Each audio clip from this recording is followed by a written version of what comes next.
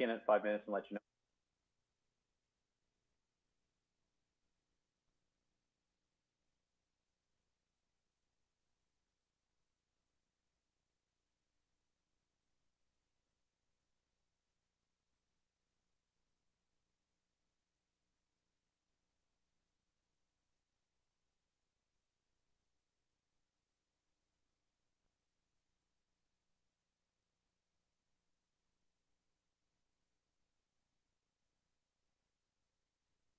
Recording of the meeting. 5, 4, 3, 2, 1. And welcome to the City of Grande Prairie Council Committee of the Whole meeting to discuss community group funding. We have a number of delegations who asked to present to Council today. And so we're going to go through those delegations first so we can hear from them before we get into the administrative report. And so the first on our list of delegations were the representatives from the Grande Prairie Volunteer Services Bureau. For all the delegations that are here, I'm going to ask that you keep your presentations to 5 minutes. There are a number of people who want to make sure that we have fairness for everyone. And so I will try to be pretty strict on that 5 minutes, and I'll give you a 5 minute. I'll tell you when you're getting close to 5 minutes, and I'll ask you to conclude your presentation so we have some time for questions if Council has any. So Volunteer Services Bureau, are you on the line, Caroline? Good morning. Good morning. So thank you for having me today. My name is Caroline Simcoe. I'm the Executive Director for the Grande Prairie Volunteer Services Bureau. And I can't see everybody on the screen, but I think Phil Linfield, who is our Vice Chair, was also joining me today. So 7 years ago, when we started this journey, some of you were there. In 2013, the Grande Prairie Volunteer Services Bureau was a community institution that had been in existence for over 40 years. Yet the average person had no idea there was a GPVSB.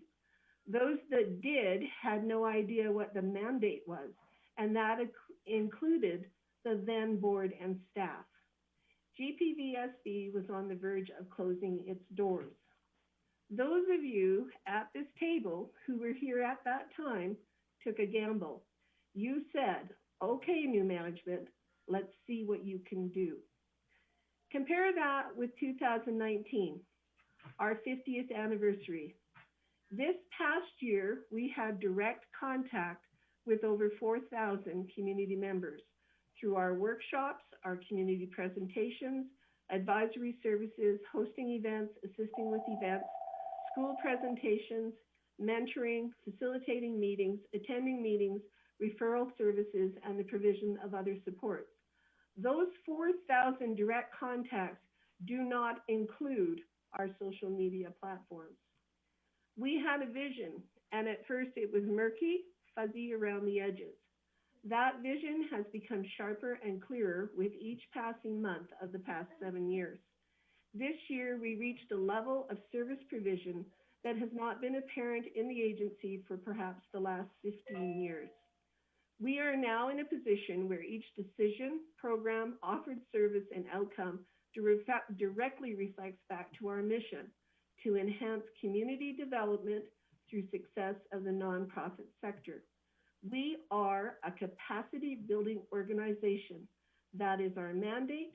This is what we do.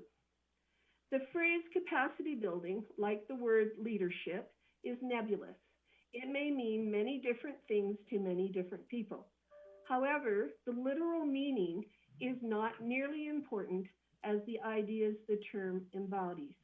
We approach capacity building as a process of strengthening an organization in order to improve its performance and impact. We engage with our sector to provide knowledge development and activities that help support dialogue, understanding, and collaboration. Long-term studies and research shows that the nonprofit charitable section, just like businesses, need to focus on building the capacity of their entire organization if they want to maximize their social impact. Raising capacity building in our sector organizations to the same level of importance and attention as program development and management is vital for the long-term well-being and quality of life for the community as a whole. Building capacity can be difficult, time-consuming, and expensive, And most of our local organizations do not have the financial wherewithal to hire consultants and trainers to assist them in developing their infrastructure structure. The support and service we provide is cost effective and not just about the capacity of our local nonprofits and charities today. It's about our many different and vital organizations' ability to deliver their missions effectively now and in the future. We have developed staff and skill sets which clearly support our ability to provide professional services with strength and agility. We have a working strategy, the team is empowered, and we have rapid decision and learning cycles and role mobility. Our services enable local community nonprofit organizations and their leaders to develop competencies and skills that can make them more effective and sustainable, thus increasing their potential to enrich community members' lives and solve our most intractable community problems. I would like to give you an example of a recent service that we provided. The COVID-19 crisis has caused a huge upheaval in the community, and the subsequent relaunch may be tricky to navigate. There are rules.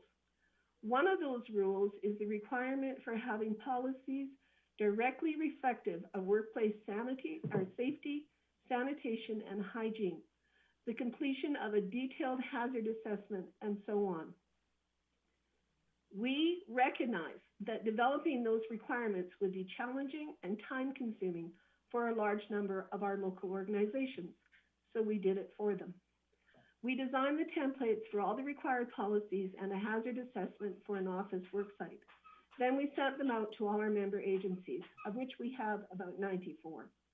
Within a half hour, one of those agencies pressed send and forwarded the program to over 100 Indigenous-based organizations in the northern part of the province. Other members also sent them out to their affiliates. We now have hundreds of community-based organizations across the province accessing those policies and that assessment.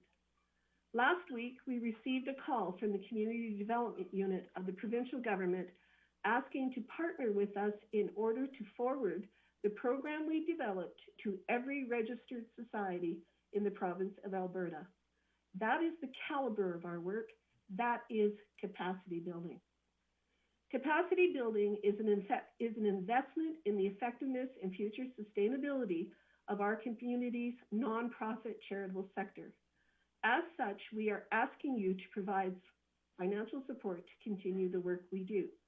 When you invest in the GPVSB, you are providing support for the majority of Grande Prairie's community organizations, from the very small ones to the very large ones.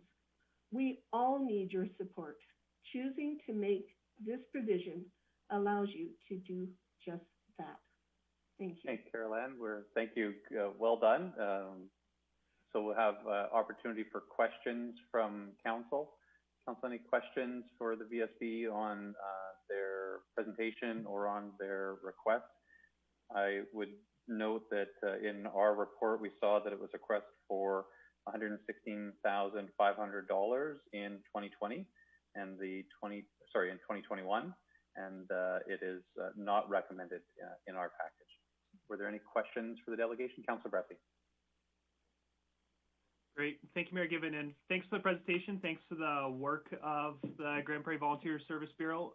It is always great to get a reminder of what organizations do. Something I'm trying to understand is, could you just tell us briefly what impact if council did give you your full ask of $116,000, and maybe also if council gave you a smaller ask of maybe half-ish that, what would that actually mean in terms of the services that the Bureau would be able to offer that are new? Or else, on the other side, if we don't give any funding, what would that mean in terms of services that would maybe not be able to happen anymore? Where just specifically, what's the city's contribution? What would that go towards?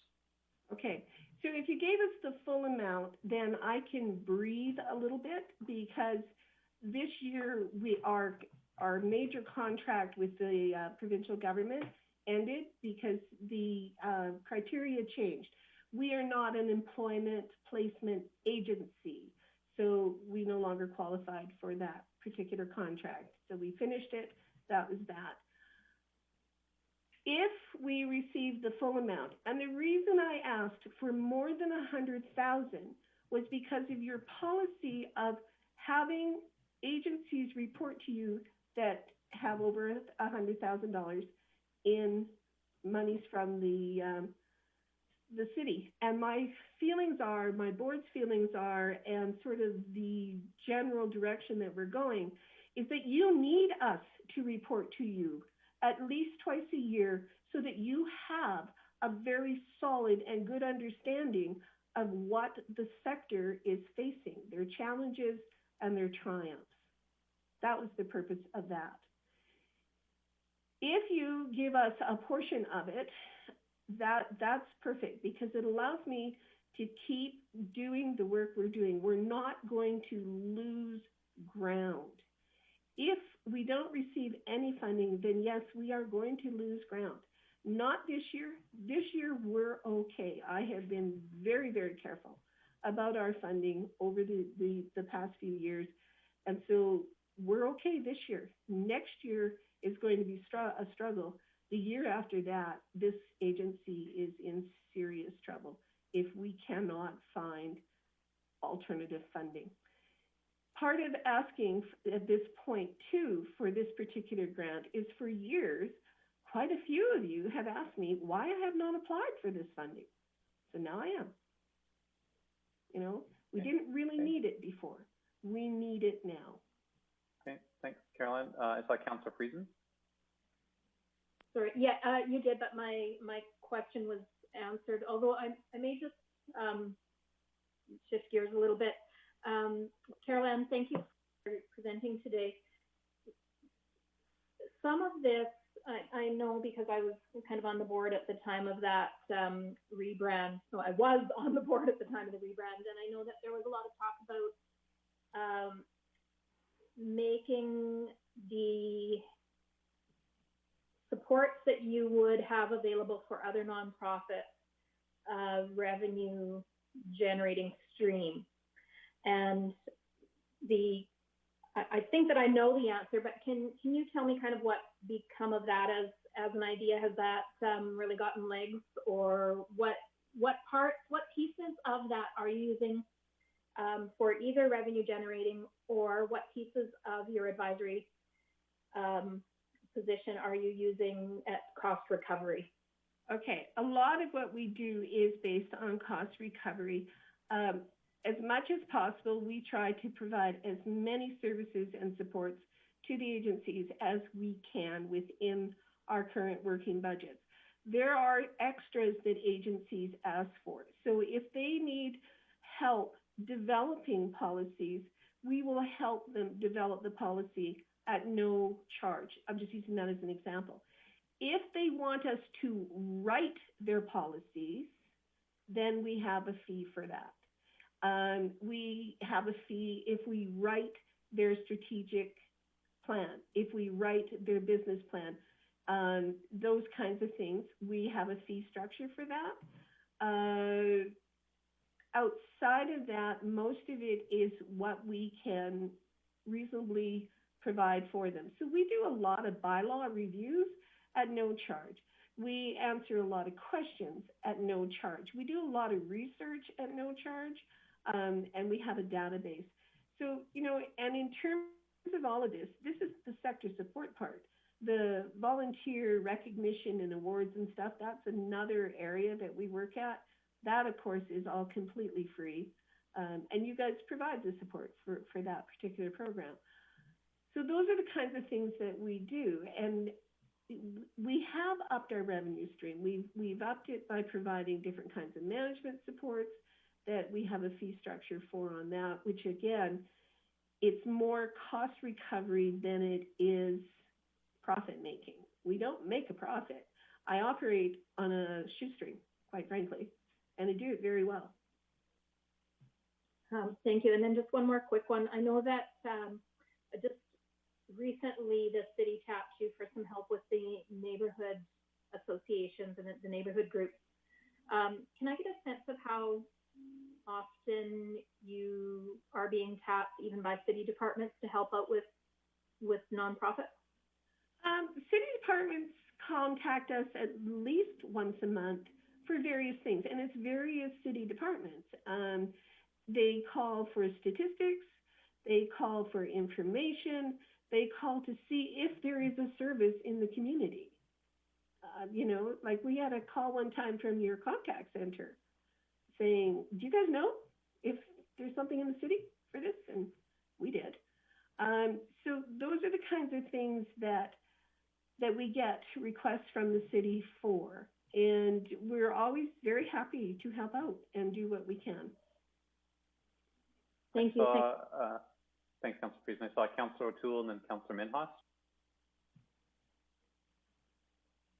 I'm here. Thank you very much. I've just got a couple questions, Caroline. One of them is, are we the only organization that gives you money? Is there other grants available that you can acquire? And so let's put it this way. The percentage of money that we give you, where would that fit on a pie chart? The pie chart that we had from last year, I don't have it in front of me, Kevin. So you supply about, I think it was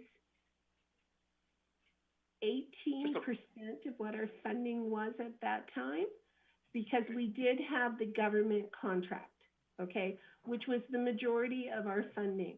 I operate with 7 staff members at less than $500,000 a year.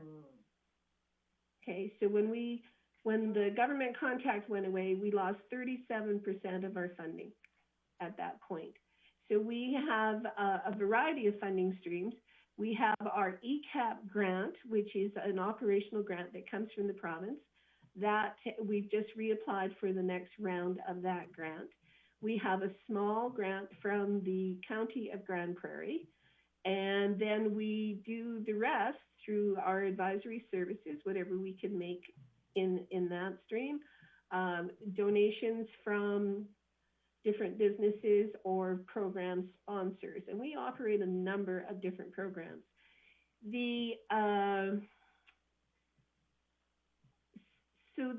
So funding-wise, you know, we're very cautious and we're very careful, and that's what's allowed us to kind of go ahead. My people don't make a whole lot of money, but they're very passionate about what they do. So at the end of the day, and then we receive a fund from you on the FCSS side for that volunteer programming citizen engagement piece. That's not this particular piece that we're asking for funding for. Okay, so just one more question. With the revenue stream that you have for putting on courses and supplying information to other nonprofits, where would that be in money-wise? Would it be $20,000, $15,000, $40,000, something like that, or less than that? That's a huge part of what we do, and out of our programming, it runs at about 45% of what we actually do. Okay. Okay. So just one last question. Sure. Is there any agency in the government that does something similar to what you do? No. Okay, we are part of a system across the province of volunteer agencies, like what they call volunteer centers. We are, in effect, the chamber for volunteer organizations in this area. So there are 13 volunteer agencies, or volunteer support agencies across the province. There are 200 across the country. And so that's where we fit. That's what we do. Now we work in conjunction with the different government departments that require those kinds of services. So they provide a little bit of stuff, but not to the depth and breadth that we do. And they refer the agencies to us for that kind of support. Okay, thank you very much for asking some of those tough questions, but somebody had to, and we're good. Thanks, Councillor O'Toole. Councillor Minhas? Thank you very much. I think I got most of the answers, but I still want the answer. You were saying that provincial government cut the grant off. How much was that grant you were getting had it was a contract. It was a contract to provide employability workshops for Albertans over the age of 18. And so we had that 3-year contract. The term of it came up in March of this year. They changed the parameters in that they wanted not only the workshops, but also job placements. And we are not an employment agency, and we do not have the facility to be able to do that. So I think Councillor Minhas asked how much was that contract annual value? It was $200,000 a year. Thank you. Thank you. Thanks, Councillor Minhas. So I don't see anybody else with any other questions. Councillor Clayton. Thanks, Mayor Given. Thanks for your presentation today and the information. I just want to hone in a little bit on what Councillor O'Toole and Councillor Minhas are asking. Without the provincial contract and potentially with the reduction of support from the city, what other options have you explored for funding? We are applying everywhere that we possibly can. We are looking at any grant that we may be eligible for. We've taken advantage of the current federal stuff as much as possible that we are eligible for, and that's been very, very limited. So we are working hand in hand with Imagine Canada and Volunteer Canada to advocate for more federal support to the nonprofit charitable sector. So we, as much as possible, we are doing as much as we can. I have let staff go. I have not filled a maternity leave, those kinds of things. We are taking every step possible to ensure the sustainability of this organization. If I can just follow up, Mayor Given. With that, approximately, if the city's at 100,000 and you're operating on 500,000, we're at 20%. Who's your other largest funder? Maybe Councillor O'Toole already answered this, but if you can answer that again for me. If we're 20%, are we your largest funder? No, the Ministry of Culture is our largest funder. At what amount, sorry? The Ministry of Culture funds us for $150,000. Okay. Thank you. Thanks. Okay, thanks, Councillor Clayton. So again, I don't see any other questions. Carol Ann, thanks very much for being here this morning to present. You're welcome to stay on the line, listen to the rest of the meeting, and hear the discussion debate later on. But we'll just ask you, of course, to turn off your camera so we can preserve the bandwidth. Thanks very much. Certainly. Thank you for having me.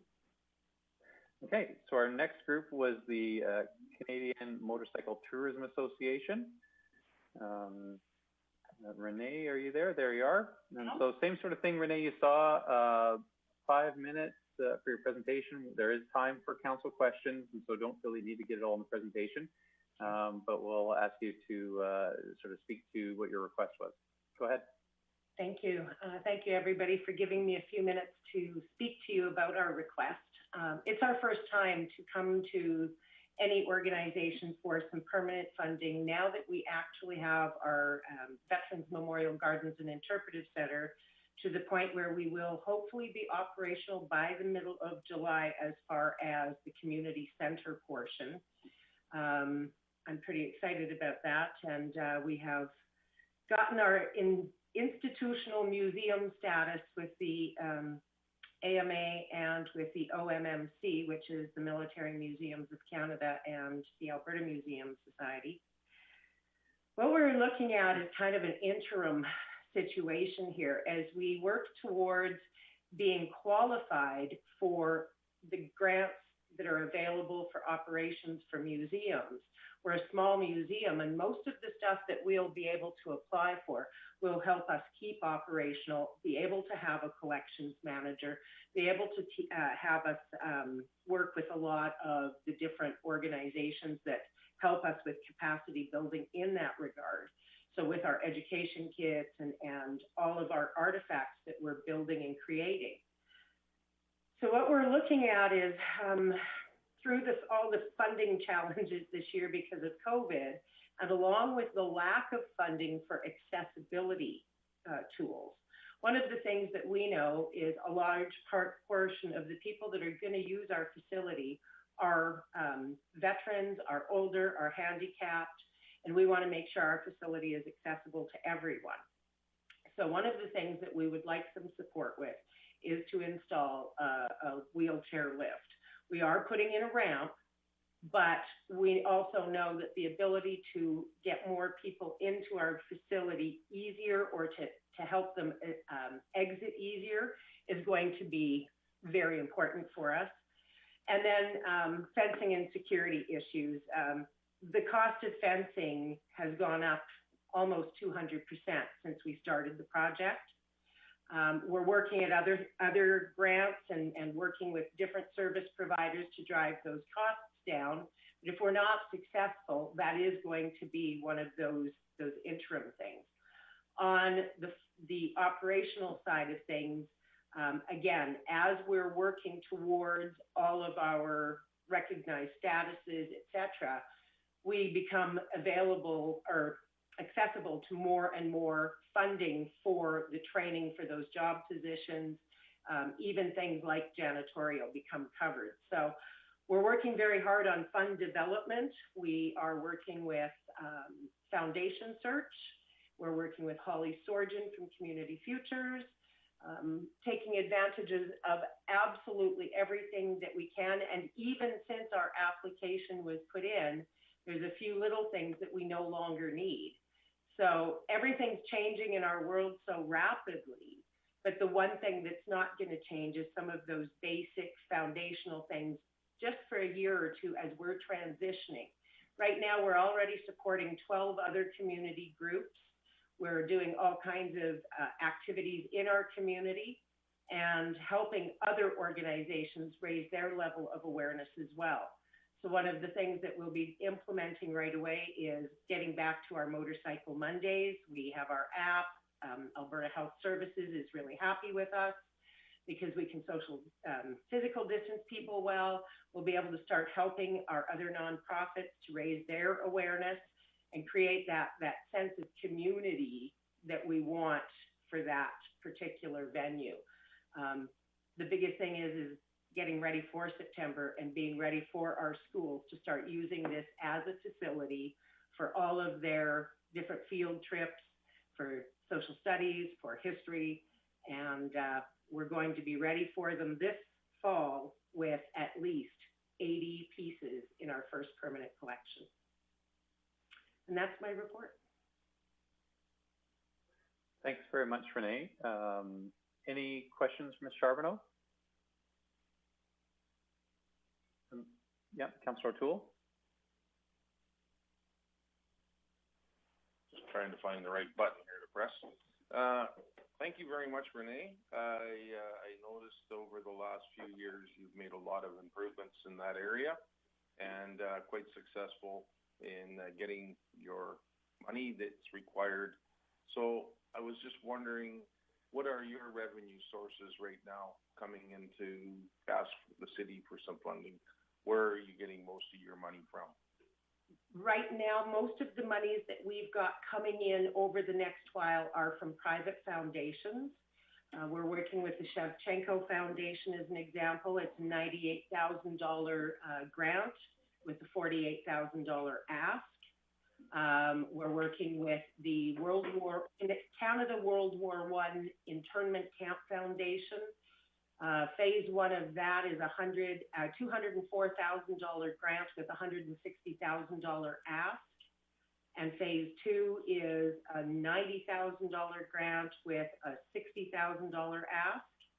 And then we're working also with the federal government on the reconciliation end of things. We've applied for a grant to talk about the residential schools.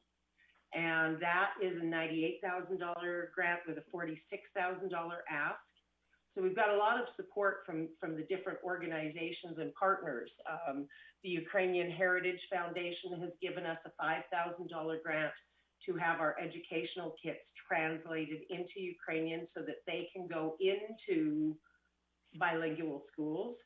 We're working with an Indigenous soldier who is translating our education kits into Cree for us.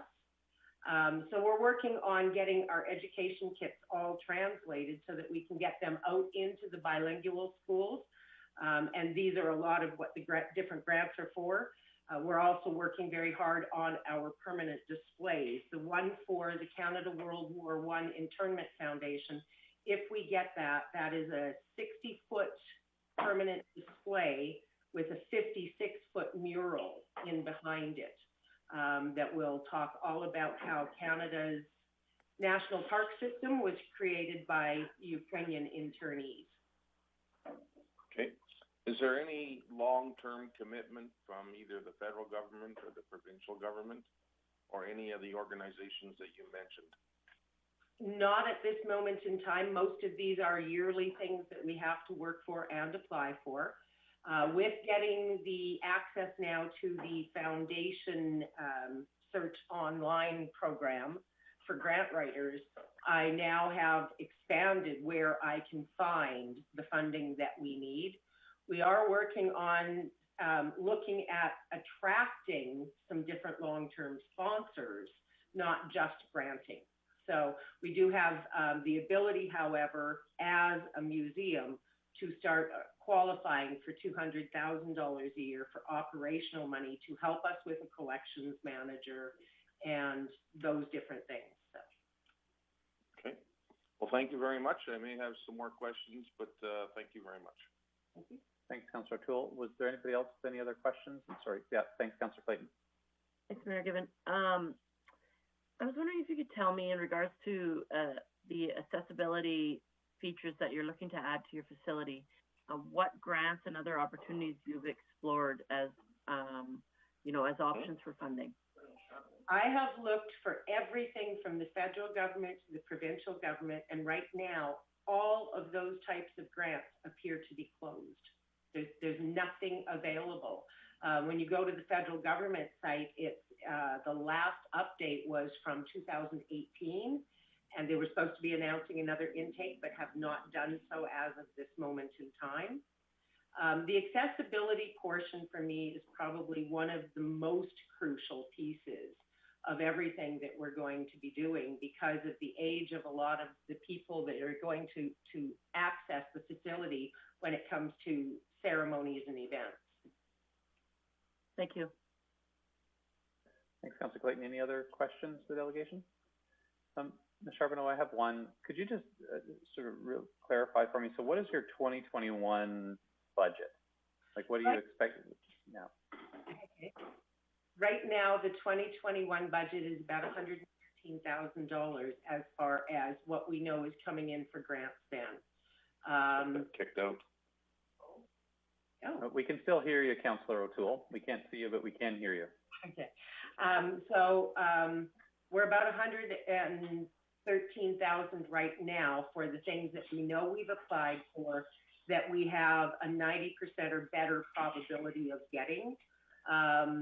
We've been working so hard. In total, I think between a little $5,000 grants and $10,000 grants for different things, I think I'm sitting at somewhere around $495,000 in grant applications that will span over about a 19-month period. Sure. So can maybe put it a different way. I appreciate that you're applying for just about any, looking for any source. What is your, what are you predicting is your budget? Like, what are your expenses going to be in 2021? Our expenses, our hardcore expenses will be about $61,500. Okay. So can you put that, can you help me understand the request was for $72,000 from the city? What would be the impact, similar to what Councillor Bressy's question was before, what would be the impact of you not getting this money? How would that change your services? Or what would you be able to do if you did get this money? Well, first of all, if we didn't get the money that we're asking for, it just means we have to dig down harder, do more sponsorships, more fundraising. A lot of the challenge right now is just the whole topsy-turviness of grant applications or grant funding being stopped in so many places with government, and then, you know, like I had done our SIP grant. I wouldn't be here if I had been able to apply for the SIP grant, because it's more suited to what we would normally work under, and we've been successful in getting that grant in the past. So just a lot of what's happened for us is the lay of the land has changed so much, but our ask has come down because there's $5,000 in that budget that we now no longer need. We've accessed it from elsewhere. So we're working hard to not be a burden to our own city, to find money elsewhere. At the same time, we're like every other not-for-profit out there. We're struggling a little bit to find some of those other sources of funding. We've been really successful in most of it, but we do heavily rely on volunteers. I myself, you know, I'm making $27,000 a year for a wage from this, and that's only the portion of the grants that I'm entitled to have for the work I do for administration. So, like I said, it's a little bit upside down right now, but we're working hard and we're feeling really good about the amount of volunteerism that we're getting. So, great. I see Councillor Friesen had a question. I do, thank you. Thanks, Ms. Charbonneau, always a pleasure to see you. I just want to get a sense of the urgency or the weight to this year's ask. Does it, because you're still in so much of a building time for this organization, for this facility, does it completely derail things, or does it simply slow down things? And when I say simply slow down things, I know that that's a heartbreak too. It's so frustrating.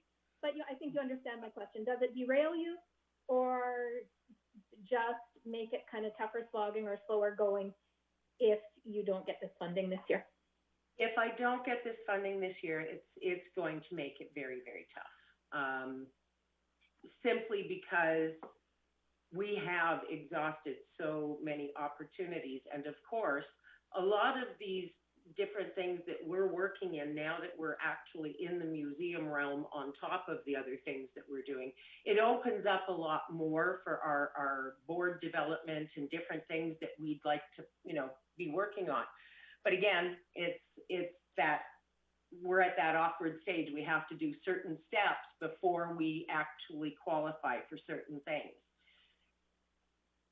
Is it going to derail us? No, I'm a determined enough human being that I'm going to dig down and find whatever sources and resources I can. If I can get a little bit of an avenue of opportunity, especially with the accessibility issues and some of the gardening supports, those two things would be enormous in our world. So if I had to look at a reduced ask position, it would simply be as if the city could help us with some of those gardening things, like maybe having their guys come and do some of the pruning for us and different things that need to be done. Not unlike they are helping right now with mowing the lawn and keeping some of those things that we're you know, still fighting with from construction. And then again, like I said, the whole accessibility issue. We've raised enough money to build a ramp, and that's great. But we know that there are some of those wheelchairs out there that a lift is far, far better for. And so if we can accommodate those two things, we would be absolutely thrilled at this point. Do those two things get you closer to tipping over into that museum realm? Yes, or so without those, are you held back from accessing the grants and the supports and that would be available to you as a museum? I think what would happen for us is if we had those two pressures taken off of us, it would allow us to put more focus. I mean, we're a board of 6. So it would be allow us to put more focus onto those applications that we need to focus on. You know, just the learning curve in my world. My new museums binder that I have to learn about is this big, you know, and so trying to put my focus in learning that, moving our project forward in that manner and following all of the accession rules and those types of things, being able to prove our status If I can put my focus there instead of worrying about how am I going to raise $12,000 to accomplish this or $18,000 to accomplish that, it's going to make it easier for the bigger picture to be pulled into focus. That's great. Thank you. Councilor Thiessen? Thank you, Mayor Given, and thank you, Renee, for coming in and presenting, as well as everyone else who's waiting in the queue as well, and Caroline before. The question is in regards to the ask that you wrote in. So there's a $72,000 operating request and a $37,000 capital request. Is that $37 separate from the $72,000 operational that you're asking for? And I guess I'm assuming that's for like the wheelchair lift, among other things. The wheelchair lift and fencing are the two asks for the capital cost. And then the operational is things like a gardener, a maintenance person to help us with some of those, more robust things that we might need. Topping myself up, paying for a webmaster to help us manage our collection. As we start building our collection, one of the things we need to do is to be able to catalog it and have proper databases. And so we need that person that's really good in that back-end environment that can help us with that. So that's one of the things that, as I said, we're working towards that recognized museum status. We have all these little steps to get through to get there, and having some of those things would help us get there. Okay, so then the total ask, I guess, is 109. 110, 109, 110. Yeah. Okay, thanks. But again, as I said, on the operating side, we're down to needing $61,000. So we've managed to access some other funding that wasn't available at the time we put in this application, but we've already gotten approval. So, yay. Awesome. Awesome. Thanks. Thanks, Ms. Charbonneau. Thanks, Councilor Thiessen. I don't see anybody else with any other questions for Ms. Charbonneau. That being the case, thanks, Renee, for being here today. Thanks for explaining your application to us and presenting. As you heard me say before, you're welcome to stick around, listen in on the meeting if you just turn your camera off. So you sort of have left the table, so to speak, and we'll move on to our next delegation, who is Technical Search and Rescue. Do we have Mr. Shirk with Technical Search and Rescue here? I will scroll through my screen and see if I could see anybody there. And I will also ask administration if they're aware if Mr. Shirk has joined us. Yeah. I'm not seeing him on. Me? I can. There you go. Is this Darren? It is. I apologize. My video is not working, unfortunately. No worries, Darren. I'm not sure if you've been listening in before. We're happy to have you. We've given everybody about 5 minutes to make their presentation. Then we have some time for questions from council. And nobody's really been using visuals anyway, so we're happy to hear from you and invite you to start your presentation. Awesome. Well, thank you guys for your time. GPTSR has really been engaged in 2019, especially with the community, to provide safety information and outdoor training for schools and outdoor groups as part of our SAR prevention initiative. We've been increasing over the past few years, and then we consistently rank as one of the top teams in the province for the delivery of these programs. In 2019, we reached about 1,400 people with the Adventure Smart program. In 2020, however, COVID has really put a dampener on the programs with social distancing and lockdown and everything like that. However, we were tapped to work on a virtual program for not just us to use, but also for the rest of the teams in the province participating in these programs. So we are developing that for the Adventure Smart coordinator for Alberta. We've also engaged more with SAR Alberta Board as well. One of our directors was elected to the SAR Alberta Board this year and is participating with possibly standing up teams, other teams in the area, and helping develop the teams within Indigenous communities as well for Northern Alberta. We've also been engaged with working with our allied agencies for example, fire, RCMP, and AHS. We are one of the only MFR teams in the province still. We have also been working more with other teams in northern Alberta. In fact, we currently have members deployed on a mutual aid request for a search for one of these teams. With the size of our team currently, we are able to safely assist other teams outside of GP without diminishing our ability to respond to an incident within the city or the surrounding area. And I feel very proud of the fact that the Grande Prairie team is able to assist other teams and agencies and other communities and be a team that other teams in the province can model themselves after. In 2019, we actually had a downturn in calls for service, but we had an increase in our SAR prevention programs, which were really popular within the city. 2020, though, has already surpassed 2019 for calls for service. It's turning actually to be into a really busy and demanding year, especially with adapting to COVID-19. In fact, COVID-19 has probably played a role in our increased call volume with the other demands on emergency services, and they're looking after other things that they're focused on. Last year in 2019, we had 106 training events, incidents, and community events we participated in, which amounted to just over 4,200 hours of volunteer time.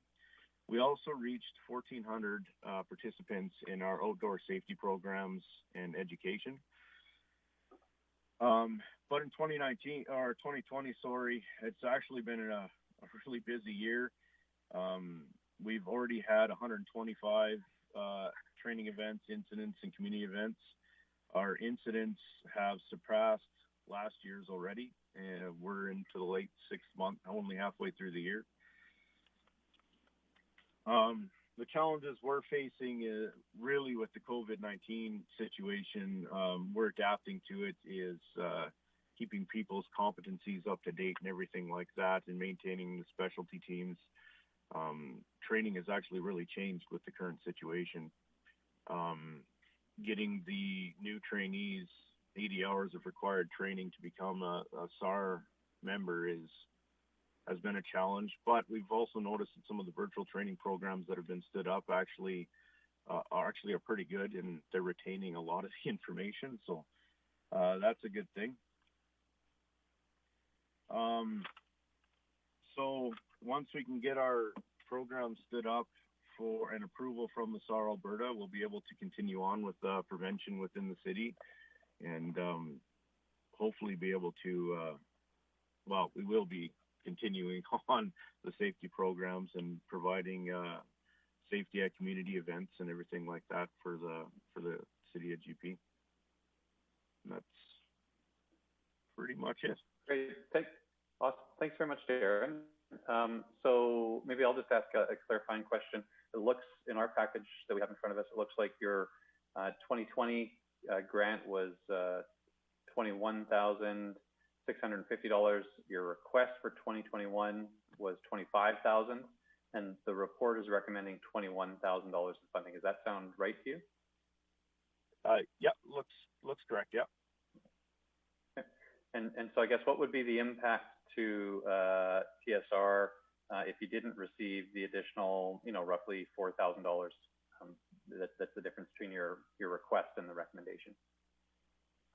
Well, in 2020, we won't feel much effect. We've planned for fluctuation of people coming in and out of, it's transient community, in and out of membership with us, and actually played really well to the COVID-19 situation. So we've staggered the training on our members and everything like that. So we're going to be able to keep the team competencies up to date and everything. The $4,000 is basically, for instance, that would pay for 3 members to do a swift water course type of deal to keep their competencies up. In 2019, if we don't do any of that, if we do less of it, in 2020, we go into 2021, then we'll be a little more strapped. But I think we planned very well for 2020 to have But we actually expected to have some funding cuts just due to the current situation, so we planned for it. Sure. So that would essentially mean less training for members in 2021. Is that a fair way to summarize it? Like less ability to train as many people? Yeah, we'd have to do some catch up on competencies and stuff like that. And rescue equipment needs to be cycled out every 5 years. So currently, I think we are okay on that as well until the end of 2021. So 2021 is where we'd see the impact, not so much this year. Yeah, for sure. Thanks very much. Were there any other questions for Mr. Shirk? So I'm looking at my screen. I know you can't see them, Darren, but I don't see any other questions from council members. So thanks very much for making yourself available. I know it's tough to present when you're doing it on the phone, but we appreciate you being here. You're more than welcome to stick around and listen to the rest of the meeting if you're able to. I would just ask you to put yourself on mute. Okay, thank you very much. Great, thanks very much. Okay, so our next delegation was Jared Gosson with the St. Lawrence Center. Jared, I see your heart right out on the screen, and I see your face now. Welcome, Jared. We'll ask you to make a presentation. Thank you, Mayor Given and Council. I noticed everyone's background is highly curated. If you're interested in the background that makes you look like you're in a gravel pit, I can send you the link. So that being said, if the audio gets, or the video gets dodgy, I'll just switch to audio, so someone stop me. So most everyone is familiar with the St. Lawrence Center, I imagine, but we are Grande Prairie's harm reduction focused drop-in center for homeless individuals and people who are street involved. And this would be, 2021 would be the third year that we would receive community group funding.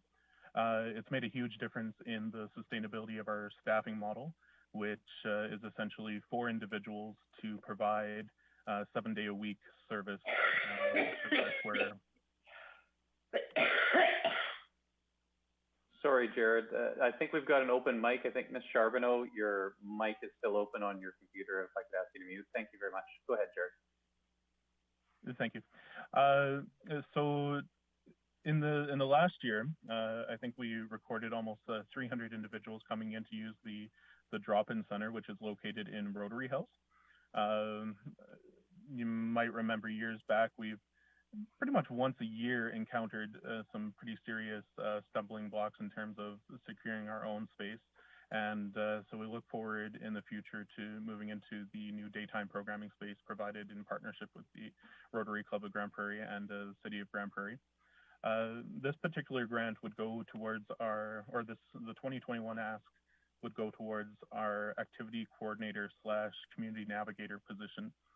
So this individual adds coverage to just our keeping the doors open, and then also in as much time as we can allot, making sure that connections are made for individuals to either get to primary medical appointments, connect them with income support, and that sort of thing, increase the success people have had with the ID program.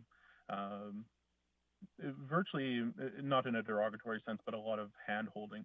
So what we have seen is as the street involved population increases in Grande Prairie, we do have a number of case managers, housing workers, and support workers in the community.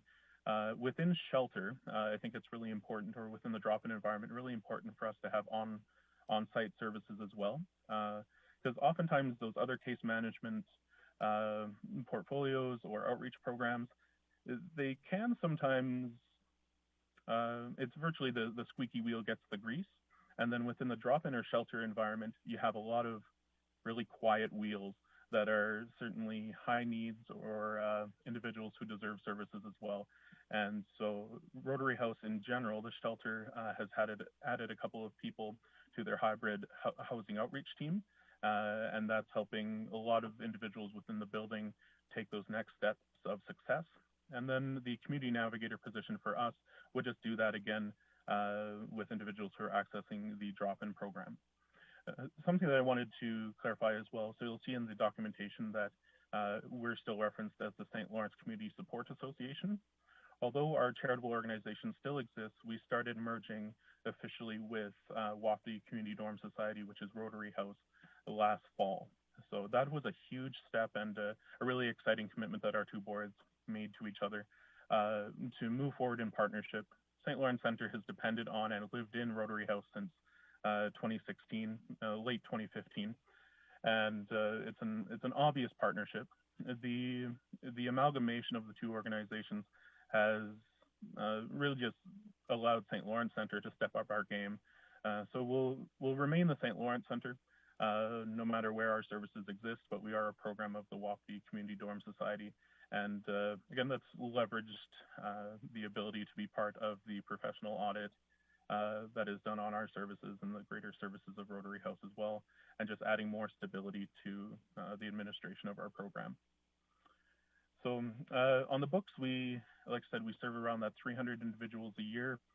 We know that there's individuals that come through our drop-in environment that don't always get recorded. So we might be closer to that 325 or 350 mark. And an interesting conversation I had with administration is trying to assess, with city administration, was trying to assess how many of those individuals could be categorized as citizens or people living in Grande Prairie. And the vast majority of individuals who come in to drop in are homeless or couch surfing, sleeping outside or in shelter or marginally housed. And then there will be a handful that are just dropping into the community to see friends, family, came for a medical appointment and don't have anywhere to go during that day, and we're nice and close to the hospital.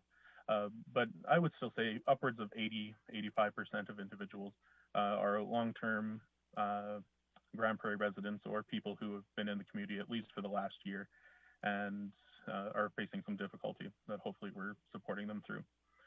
I can't remember the exact dollar amount of our ask this year, but looking at the recommendation, we're certainly in support of the recommendation and appreciate that there's a whole lot of other groups that we certainly even rely on to provide our services that are asking for funding through the community grant program. So if you have any questions, I think that's all I have to say. Great. Thanks very much, Jared, for being here. Any questions for Mr. Gosson? I don't see anybody with any. Thanks for coming to us from your undisclosed location in a gravel pit somewhere in the vicinity or not. Appreciate you being here, Jared, to make the presentation. Thanks. Thank you. Okay, so our next presentation looks like it was Ms. Farndon, Glenda from STARS. Glenda, I'm pretty sure I saw your name on the screen somewhere. Welcome. You've heard sort of the spiel a couple of times. We'll try to keep it to about 5 minutes for your presentation if you could, and then we have lots of time for questions for any that might come up. So please go ahead. Certainly. Thank you again for having me, and it's great to see all of you, even if it's in this different format. You know, COVID-19 has wreaked havoc on everyone, and that includes STARS. A lot of people thought that maybe, you know, we would have a reduction in call volume, and actually in March alone, the Grande Prairie base specifically had received more than 100 calls, which is almost 3 times what we normally would see. And across all 6 bases, we've had peaks of where we may receive as much as 650 calls in 1 week only. So it has really, you know, the demand is still there. And there was a lot of outbreaks in the High Prairie area, in the Falera-McLennan area that we were able to help and assist as well. Now we are going into our busy recreational season, and that hasn't really changed. A lot of people are going out camping, doing these types of things because it is more accessible to social distancing and still being able to do something. So we're seeing an even greater impact and increase in ATV calls as well as motor vehicle accidents. We have seen an increase in pregnancy complications, which are, it's a little bit of a different area than what we normally would see. Of course, we still have the trauma calls for heart attack, for stroke.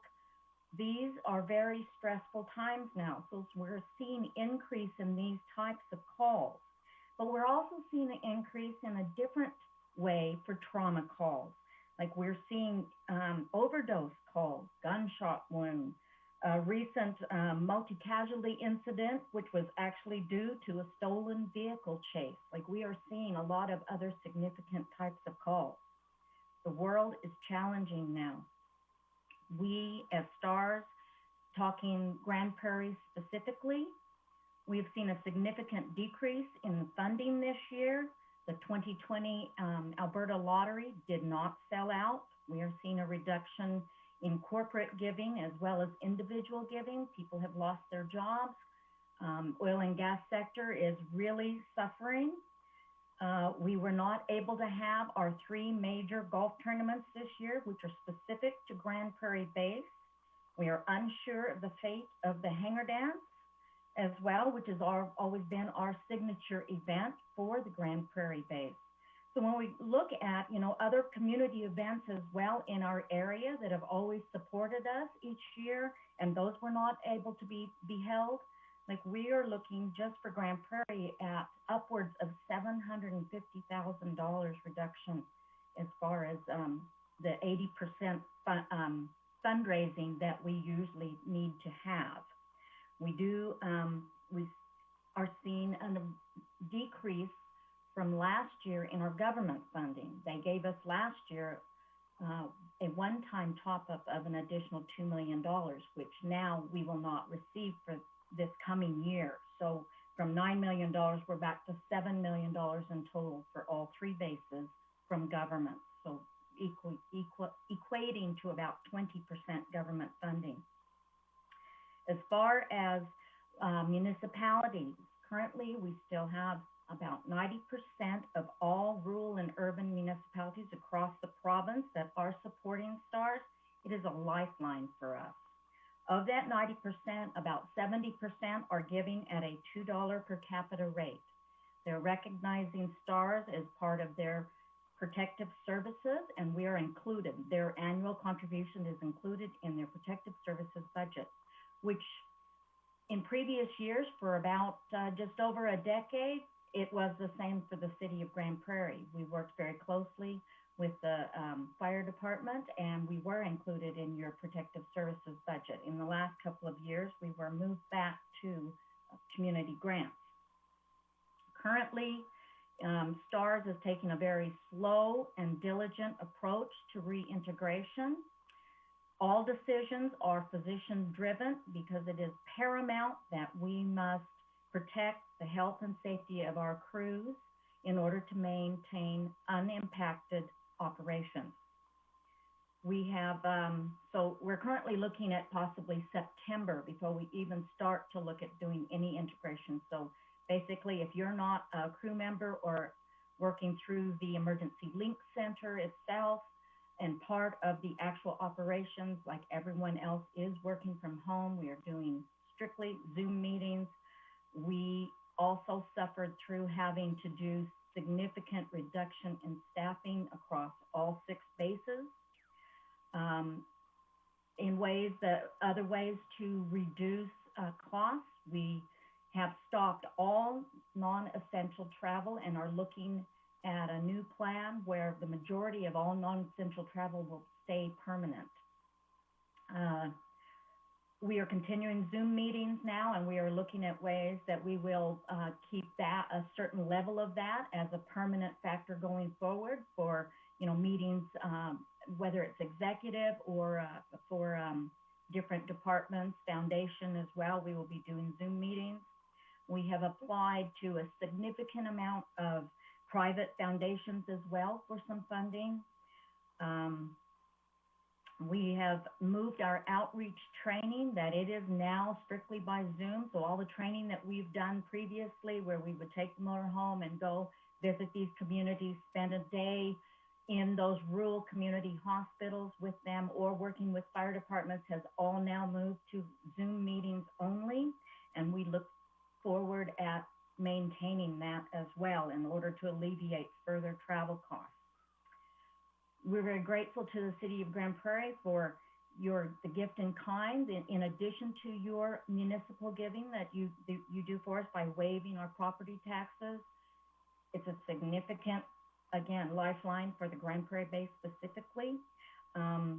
We hope that through that avenue of gift in kind, like property taxes, the Grande Prairie Airport, they waive all of our landing fees, and they have since the very beginning, just like yourselves. Brandt Tractor provides a skid steer each year. We've gone into a new program with them where they will change it over every single year, so we will always have no maintenance costs, and we will have a new skid steer every single year. TCSI. And I'm going to have to interrupt to ask you to try to close in fairness to the other delegations that we have to follow you. Certainly. So in all, we are trying to do the best that we possibly can in order to reduce costs. And we just hope that City of Grande Prairie sees significant value and will continue to support it. My request is to ask you to go back to the original $50,000 that you had been maintaining for us over more than a decade, and I hope that you will be able to help us. Thank you. Okay, thanks, Glenda. Any questions for Ms. Farndon? Any questions for the delegation? I have one. Glenda, you referenced that a number of local fundraisers like the Hanger Dance and golf tournaments and the calendar sale, which helps provincially, haven't seen the uptake or haven't been able to go ahead. Do you have a sense of how much revenue has been lost because of those? Yes, that was upwards, specifically talking Grande Prairie base, upwards of $750,000 just for our base. When we look at other bases across Alberta, it's in the millions. And what's the total operational cost of the Grande Prairie base? Currently, our base, we have always operated in the negative.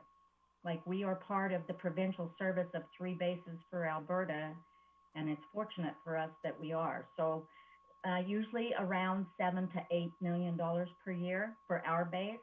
On an average, it's about $10 million per base, but we are a much smaller base and we really run very lean.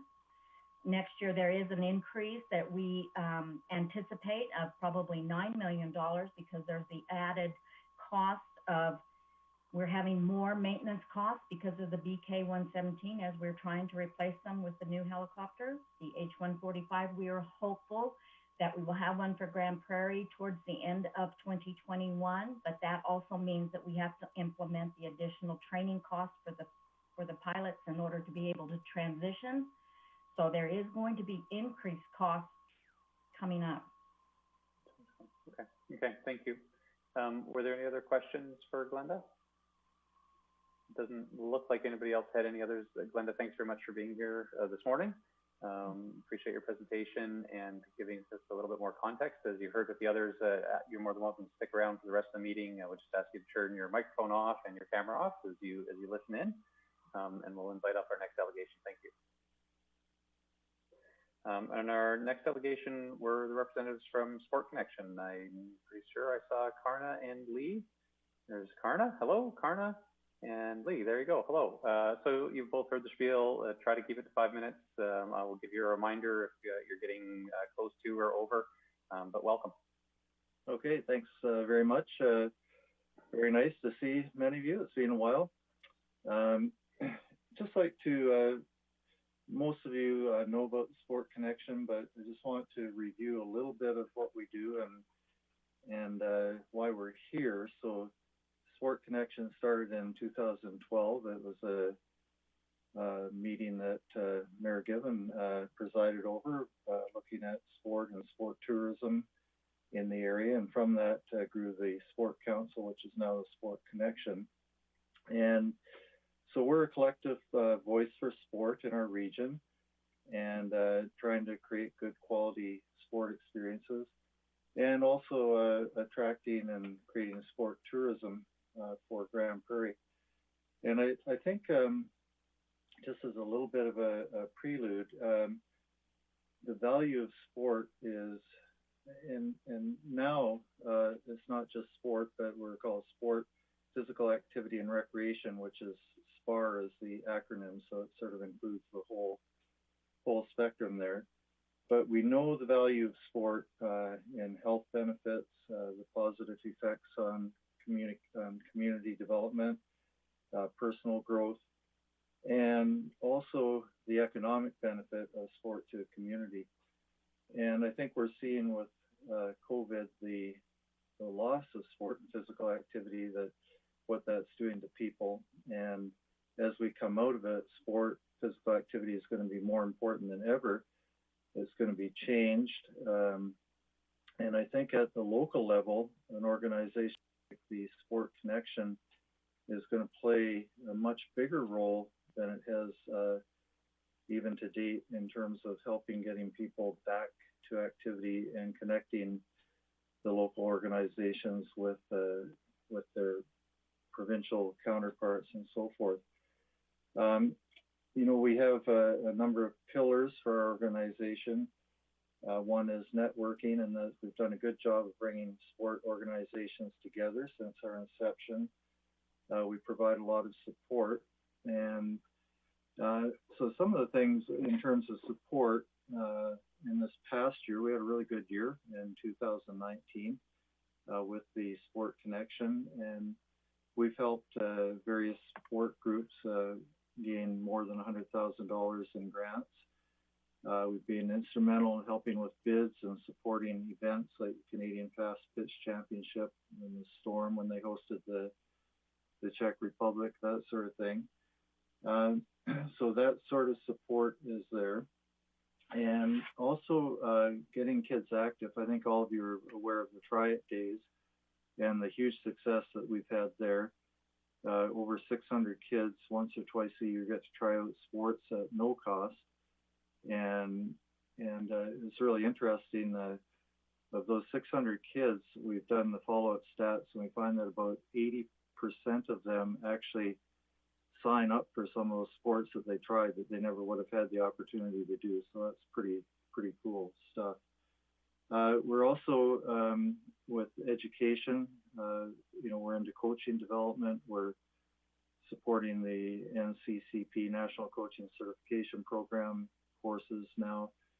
We had our first ever sport conference last December, which was a huge success. And so we're doing everything we can to bring the sport community together. And also, you know, I think the other side is the sport tourism. That was certainly one of the reasons why we were formed. And I think our staff has done a great job at helping support events and bids for events. And that brings a lot of money to the community. And I think too that our staff operates almost as an extension of the municipal sport and recreation people, and they can do things in helping some of the sport groups that the municipal people can't do, just because we're a nonprofit and can apply for grants and have a little different skill set and so forth. Now we are, because of the grants from the city and from the county, it's a shared load. We've been able to have 2 staff members, and in the last year we actually had 3 for a while. We had a little bit of a surplus to, well, I wouldn't call it a surplus, so we had some money. We were able to hire some administrative support part-time, but that's not available anymore. But with the 2 staff members, we've been able to increase our capacity and really move along. And it's been interesting during COVID. You'd think, well, not much is happening in sport, but I know that our staff has been almost busier than ever, trying to support people, connect them with other organizations, and you know, helping people stay active and prepare for coming out of COVID. So it's going to be really, really important as we do that. The other thing, of course, is the recognition. I think that's important. It might seem frivolous sometimes, but I don't think it is. I think we need to recognize people and their contributions. Our Sport Excellence Awards banquet has been a huge success. Over 300 people every year where people are recognized and appreciate for the efforts that they do. So we're really dealing with volunteers all the time. Sport is the largest largest volunteer sector in Canada, including Alberta.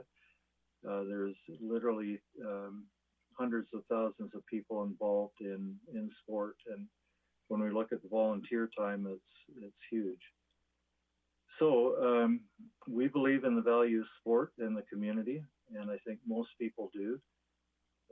We're a relatively small grant, but I know that just listening to this, I really appreciate all of you and your service on council, because it's so tough to make some of these decisions, very tough. And but we believe that our organization is critical to the quality of life in the community, and that we need the support. Our funding comes from the grants.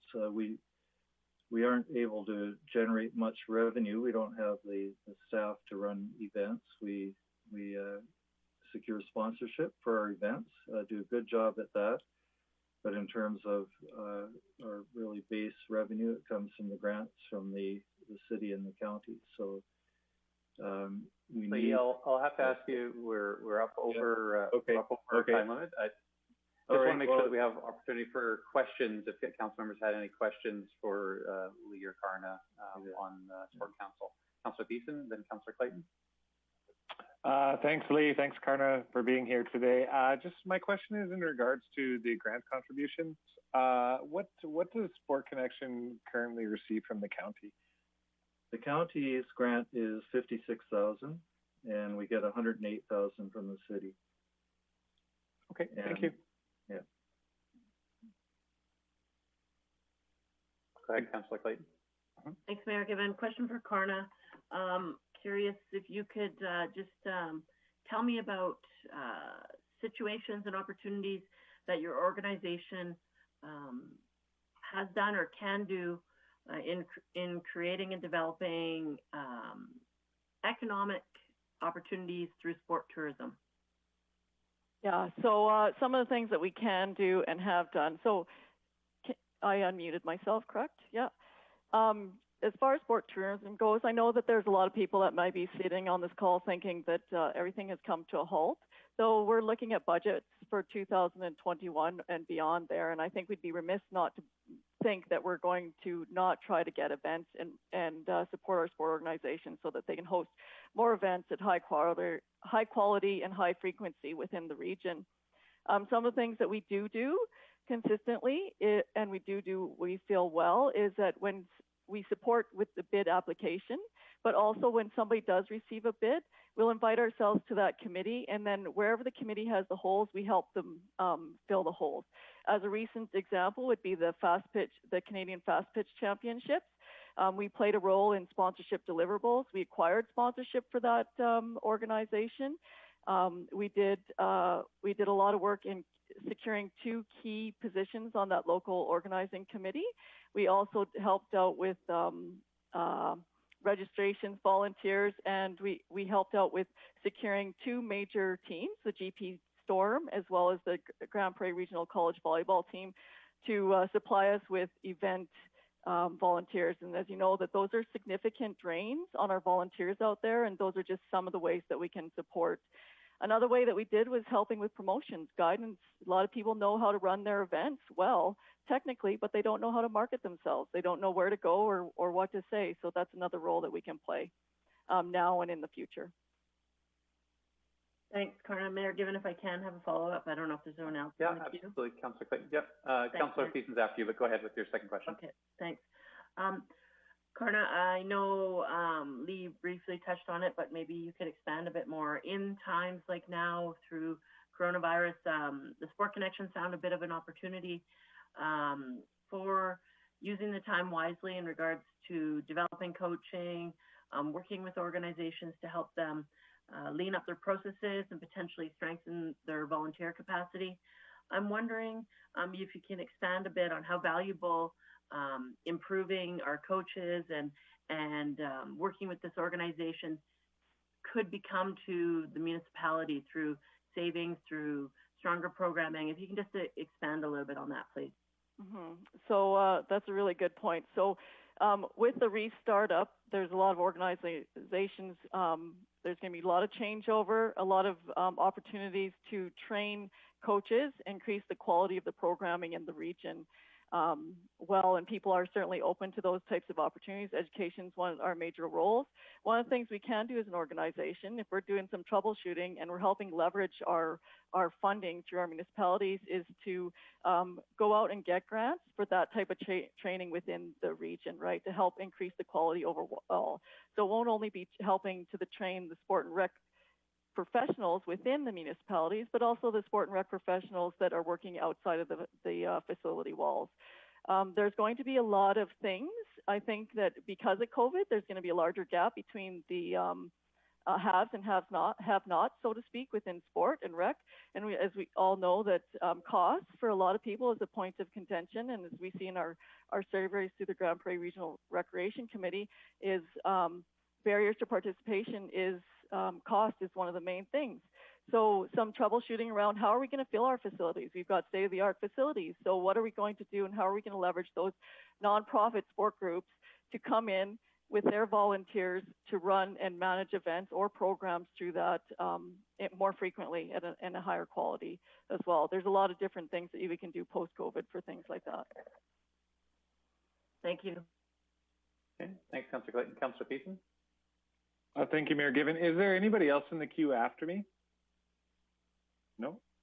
No, okay, because I have 3 questions actually. So I'll just shoot off. 2 of them are fairly easy. Well, one's easy actually, sorry. Okay, so the county gives $56,000 in grant money.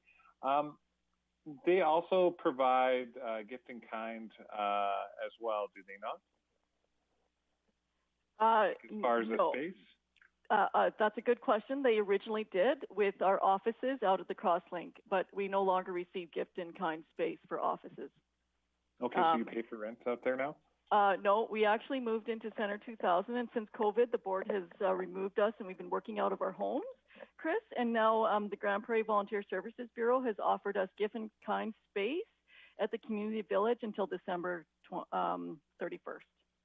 Oh, so we'll be moving today, actually. Oh my goodness. All right.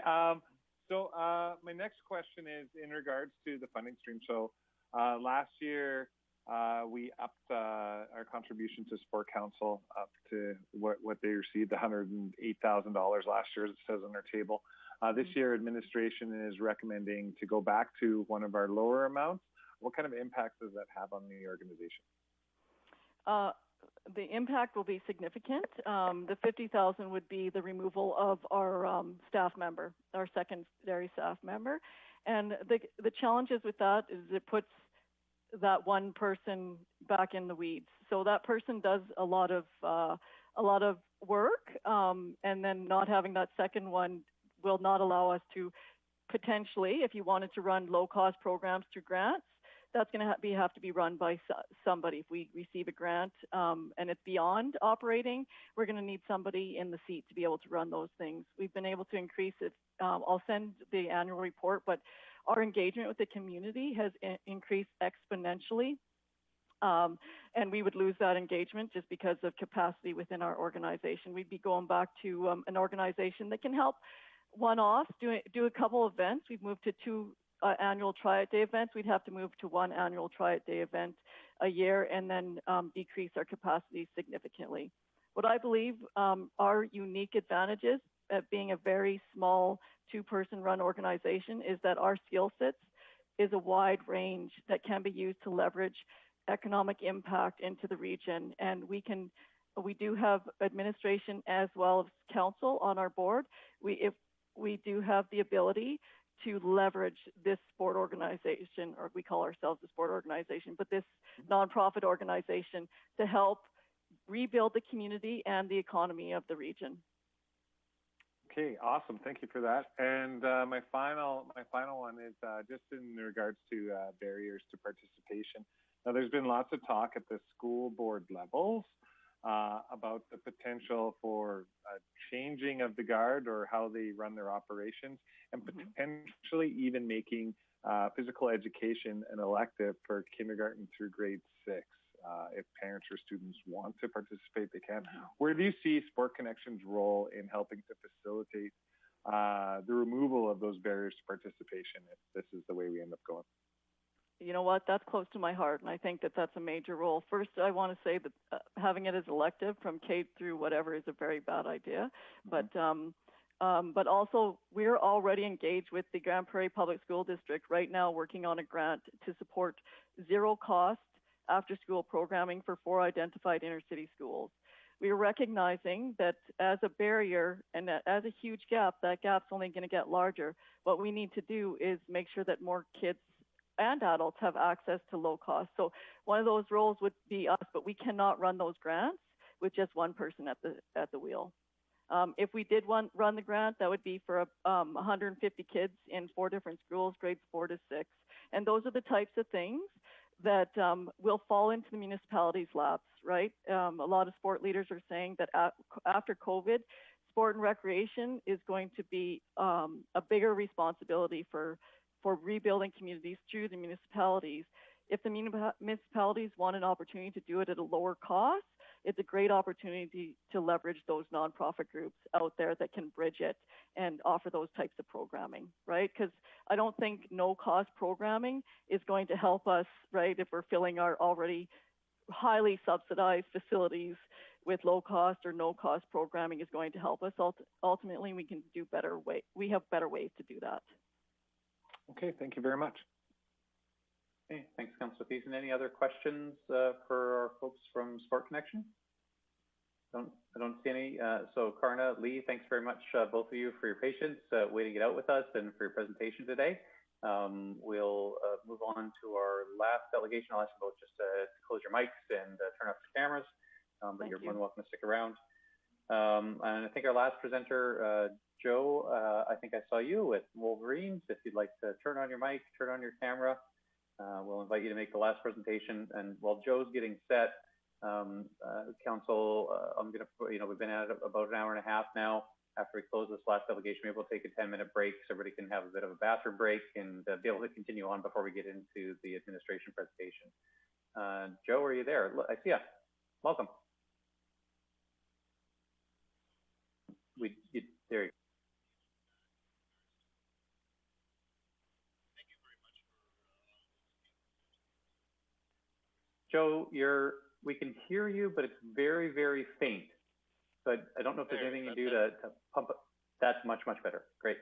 I had my mic turned up into my ear. And so I represent the Wolverines Wheelchair Sports Association.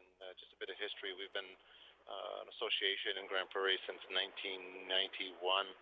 And so we have a long-standing programs in regards to helping the disabled community get involved with sporting in our community.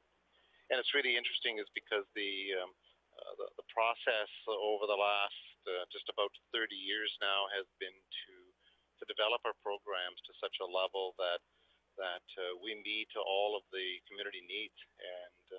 And so currently we have 9 programs running, of which 5 of them are Paralympic sports activities. So we would literally become the very basic training ground for possible future Paralympians. And we actually do have one 15-year-old girl that has a potential within a few years to possibly participate at the Paralympics coming up at some point in time. But, over the last year, we've been very active in regards to what we've done. In 2000, we hired a part-time program director, and then last year we went to a full-time program director because we've virtually come from 2 programs to 9 programs. And so last year we went through a strategic planning session. We've updated our bylaws, including currently looking at creating a name change to the Wheelchair Adaptive Sports Association. That's just working its way through the government levels. We've developed, updated our bylaws, and also just about ready to pass our policies and procedures manual. And so it's really interesting is because even just over a year ago with our wheelchair basketball program, we had 21 different schools book programs with us for delivering a wheelchair basketball trial program. And also with our sledge hockey, we had 18 schools book into our sledge hockey program for showing them what sledge hockey is all about. So we have been very successful in creating we're meeting the needs of the communities and including the disabled community. But more importantly, our programs actually are for all participants. Most of that includes family members of disabled persons and also their friends and their siblings. And so it's very unique in respect to what we do. And I believe that we're so unique, actually, that I don't know of any other organization, at least in Canada, that delivers 8 to 9 different programs on a yearly basis, where most of the other organizations out there are delivering only 1 or 2 programs.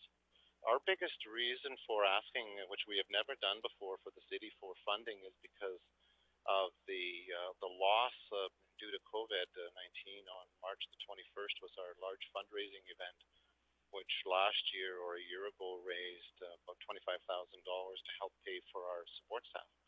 And of course, all of our programs but one actually run out of city facilities, and that being the SITSKI program out of Nighthawk. And so having said that, as we look forward, and we're just finishing up our budgeting going into next year, but starting July 1st of this year, but we have a shortfall of last year because of that funding of just over $15,000.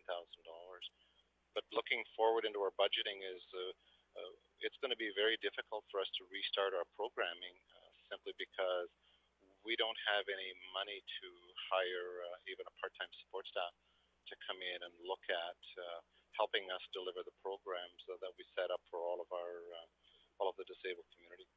And it's unbelievable to see, and we've had two of our programs actually demand from the board access to go starting programs out in the community, which they all use commingled balls to play that activity, and we had to stop that activity.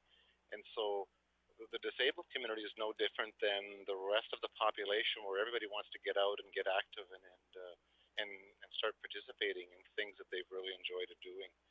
And so I look at our programs because they are so critical for our disabled community and making sure that they can keep their health and their well-being as we go forward.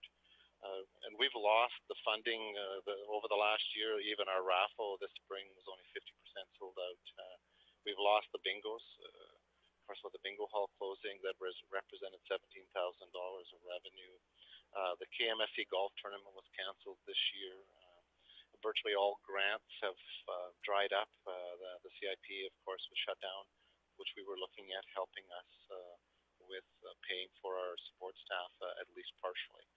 And so that's what the ask is all about, is just to give us a bit of a head start in regards to getting our programs up and running come September, and help us in terms of delivering to the community the programs that are so essential for the disabled community. And again, I just want to thank the council for your time and in consideration of looking at us for the funding for helping our organization. Is there any questions? Thanks very much, Joe. Any questions for Mr. Sask? Seeing none. Joe, I'm not sure if you're aware, but so the recommendation that we have is actually that your request be forwarded to the Pursuit of Excellence Fund. So, were you aware of that? And is there a reason why you think that might not work for you, or? I was not aware of that. And okay. So we haven't seen any information unless it's just came through since late yesterday afternoon by email, but I haven't seen any information on that. Sure. Okay. No, fair enough. I think the administration recommendation is that it's not funded through the community group funding stream, and that you're sort of referred over to another funding stream is what we see in our report, and which is up on the city's website, I believe. But I just wanted to know if you're aware of that, and thanks for letting me know that you hadn't heard that. Were there any other questions for the delegation?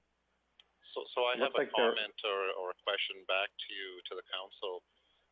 If in our application, I haven't even looked at the Pursuit of Excellence funding program, but at the very least, if there's any way that the City Council could at least support us going into the fall, regardless of the shutdown of the East Link Center, when that reopens, if there's any support that the city could give us in regards to not charging us fees for the facilities, would certainly be a huge boost for us, simply because of the fact that, like I said, we don't have any current funding going forward to offset anything, and given the success rate of grant applications today, I just look at any other grant applications that at very best they may be a 50% chance of getting some money or none at all.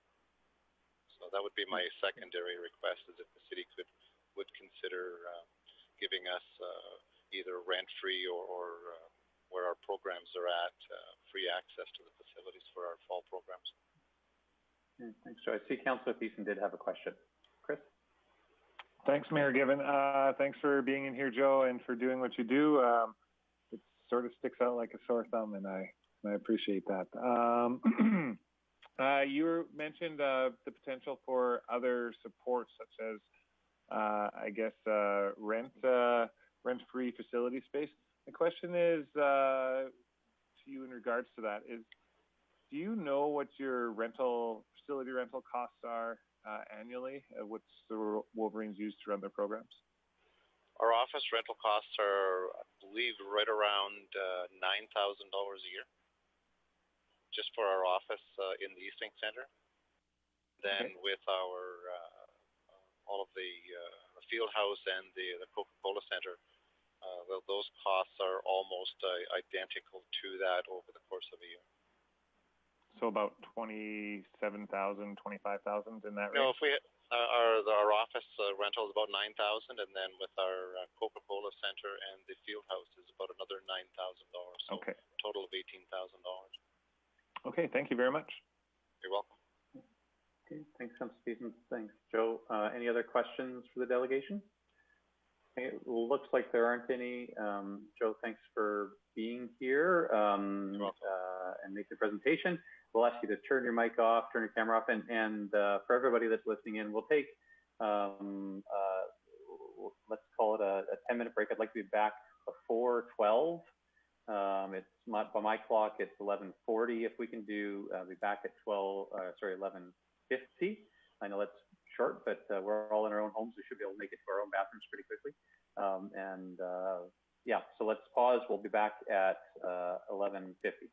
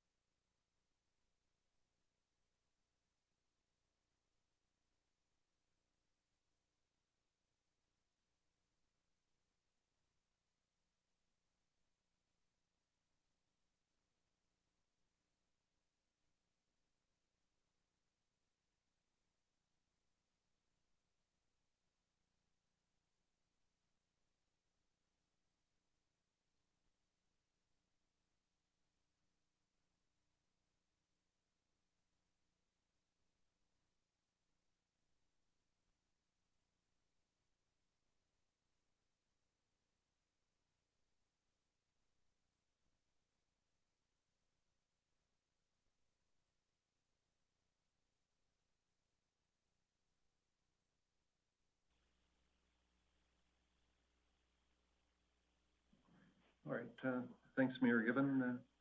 Well, maybe just to say a couple words at the start. I know we're running near our 2-hour time limit that we had in place to start with, but so I think I just wanted to mention that administration had a very tough task on reviewing the budget amount we had and all the applications that were sent forward with the different asks and the different amounts.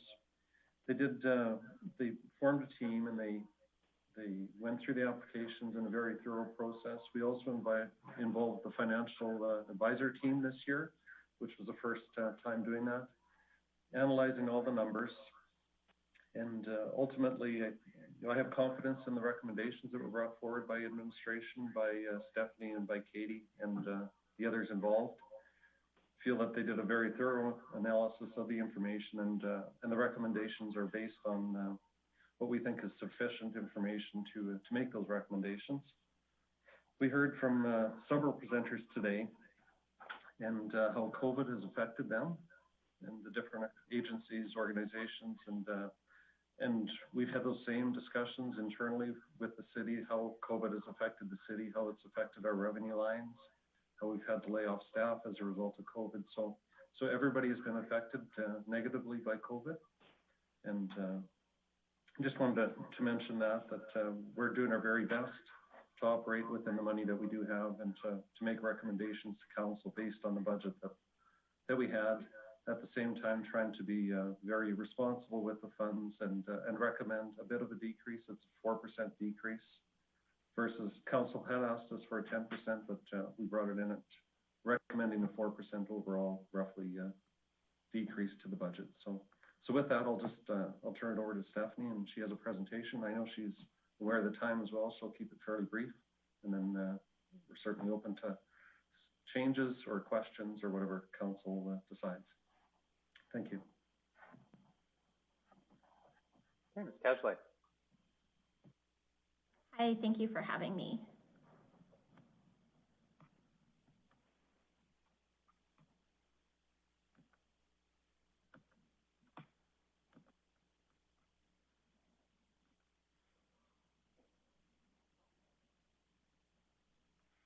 Okay.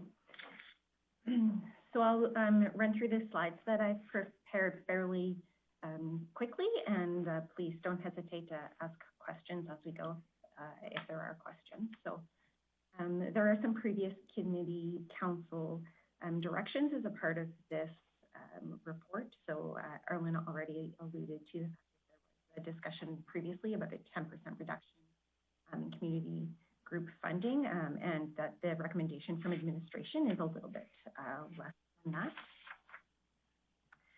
So we did make some process changes within this year that impact the 2021 cycle. So previously, it's already been established as part of the procedure for emergency community funding requests, but there was no application form for that process. So administration did develop that application this year. We also revised the community group funding application for 2021 requests, and it is a little bit of a shorter, more concise application, and held an engagement session for community groups or agencies that may need, had questions about the new form or had questions about the process. And this year, as Director Miller mentioned earlier, the Finance Department and Financial Business Advisor did assist in the review and the analysis of all of the applications and financial documents that were submitted with each application. So for the 2021 funding cycle, the funding categories were created that aligned with Council's strategic objectives of community, economy, and safety. And I'm really happy to report that we had 31 applications that were received, plus there were 3 requests to reallocate funding that had been dispersed in 2020 and to move that to 2021. Some groups and agencies that were not able to hold events or festivals related to the current pandemic situation. So it is even nicer to see a lot of those groups on the call today. So I think that definitely everybody can say that 2020 so far was not the year that they expected. And so as a reflection of that, administration has made recommendations that do represent a decrease in the budget for community group funding, but not as much as previously considered. So I'll quickly run through the recommendations. The first one being approval of a maximum allocation per organization per year for the community improvement grant. So earlier this year, administration took 3 grants, each with their own separate application process and form, and combined them into this one community improvement grant. Historically, that was parks improvement, neighborhood matching grants, and also the former community enhancement grant. So streamlining all of that into one application process for groups and administration is recommending a maximum $5,000 allocation for matching grants and a maximum of $2,500 for cash grants. And that would be per organization per year. With the combined grant, the administration is also recommending that we can reduce the community improvement grant budget to $25,000. That was in the 2020 budget. The budget initially for that grant, the 3 combined, would have been about $45,000. Third recommendation relates to amendments to the terms of reference for art development funding. So if that is done, then that would enable us to potentially include a category for performing groups such as the voice choir or the marching band, and enable administration to identify a category for operational funding, and we would recommend a maximum operational grant of $5,000 per organization for those. So administration is recommending that a number of groups and agencies that previously received community group funding to be redirected to arts development funding. So this, as previously mentioned, would necessitate a change in the terms of reference for arts development funding, but it would include some of the previous applicants such as Broadway, Live Broadway, Prima, Real Short Film Festival, and then they could, going forward, would be able to access that fund. In doing so, administration is also recommending that an increase to the arts development funding occur, and that recommendation is for $35,000.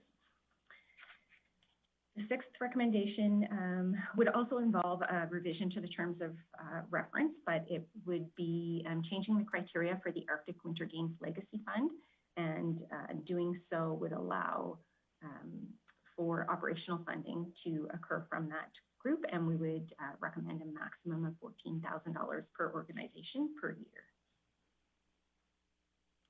So the 7th recommendation obviously relates to the operational grant allocations. So this is just sort of a quick summary of that. So with the increase in funding to arts development with our previous budget, that would take that fund to $115,000.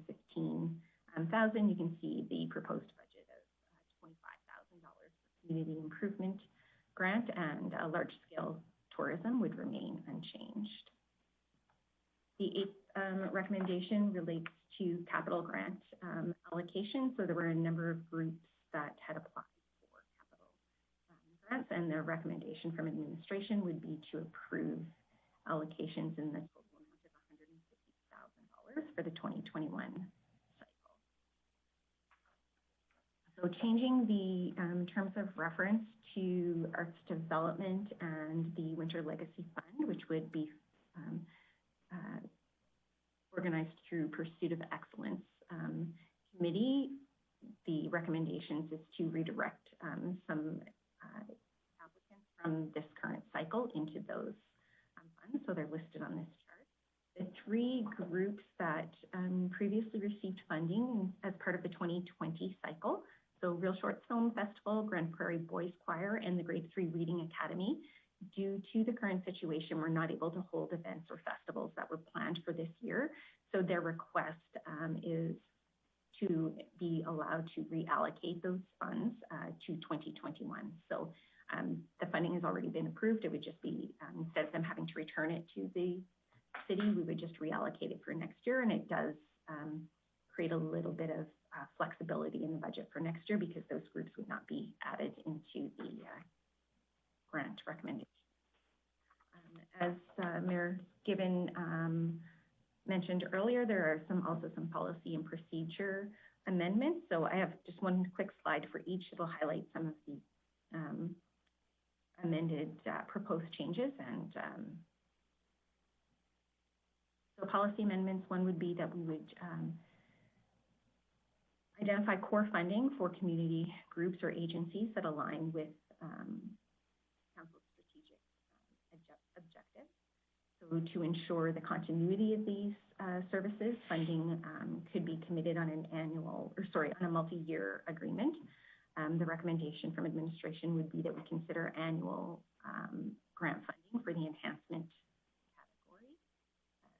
Administration also recommends a funding agreement that would be entered into with all community groups for all approved applications, and then a process for council being able to determine the priorities for funding each term. And when that was done, certainly there would be, if we went with a multi-year agreement, there would be an opportunity for new groups or agencies that are requesting this core funding to apply at that time.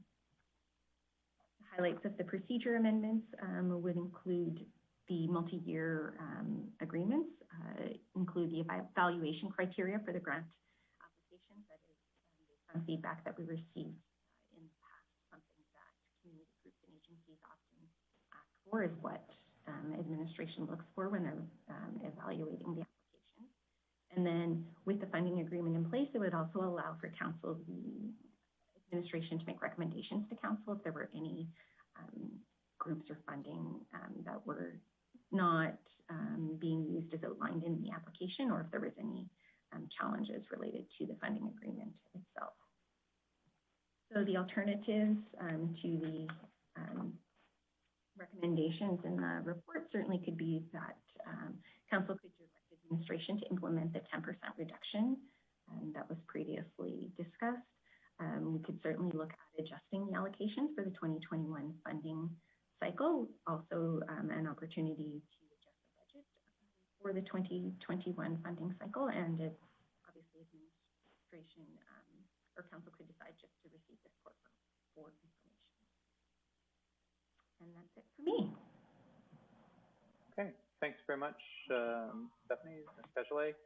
Are there any questions for Ms. Cajolet? Councillor Clayton. Thanks, Mayor Given. Just a couple brief ones for now. I'll have more as we get into it. But regarding the Arctic Winter Games, I know, and Mayor Given was there as well, we both sat on the committee over a period of years, and there was a heavy initiative for fundraising and different things, and so, which in turn left this legacy. Have you had any discussions with the people, whether they were the fundraising chairs or any of the board members or anybody representing the Arctic Winter Games, to see their thoughts on moving this money into operational? Ms. Cajolet, go ahead. Sorry. Thank you, Mayor Given.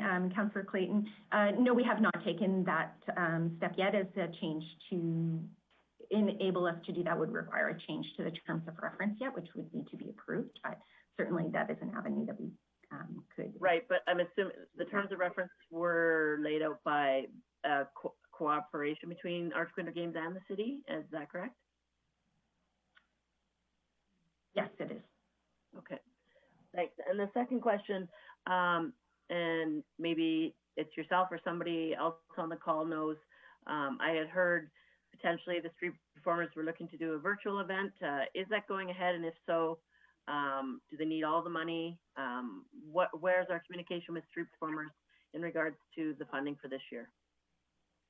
Yes, as far as I know, that they are planning to do a virtual event, and the money that's been dispersed through the 2020 cycle already will be to pay those performers who are doing the online performance.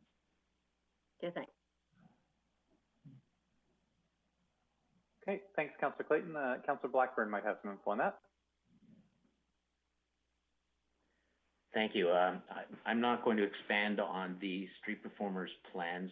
We're hoping to make an announcement either late this week or early next week.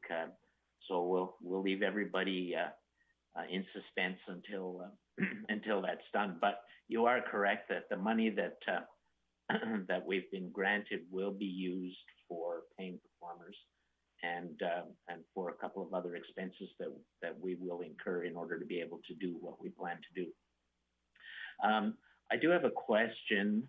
I'm going to make it a generalized question for now, but there will probably be times when we're going through some of the individual applications where we might make a more specific question. Stephanie, I appreciate the work that you and your group have done, a tremendous amount of work that was done in order to be able to make the recommendations that you've made. I recognize that. The question I have is, there are quite a large number, almost all, of the applications you're recommending that they receive less money than they had originally asked for, and in many cases, less money than they got in 2020. And I'm curious to know whether or not those organizations were consulted about the possibility of receiving less money and whether or not they could cope with those changes. Thank you, Mayor Given. To answer Councillor Blackburn's question, so in some cases there were increases made to groups. There is a limited amount of resources available, so some adjustments were made throughout the different funding categories, trying to maintain the balance within the category, and that has increased for some groups and decreased for others, trying to maintain the priorities that Council has identified in the groups that align with that. So in some cases, funds were recommended for, the same amount of funding was recommended as was received in previous years. So maybe not the 2020 cycle, but could have been the 2018 allotment that was recommended and then awarded through that. So for the two groups that received that administration recommended the biggest adjustment to, I did personally reach out to the executive directors of those groups to advise that this was part of the recommendation. So they were aware in advance after the report had been released that there was a potential impact. I mean, I don't think that anybody would be appreciative of a potential decrease in funding, but certainly they understood the position that administration was in. And I think that one group did indicate that they could manage with the reduction that was proposed. Okay, thanks, Stephanie. I see Councillor Blott and Councillor Clayton. Thanks, Mayor Given. Just kind of building on Councillor Blackburn's thought, you know, one of the things with community group funding is similar to what's happened in the province. So we all want to get enough oil revenue somehow and find a diverse revenue stream. But my worry with them when I see a lot of our user groups is that they just almost build into their budget that they just expect us to give a certain amount of money every year.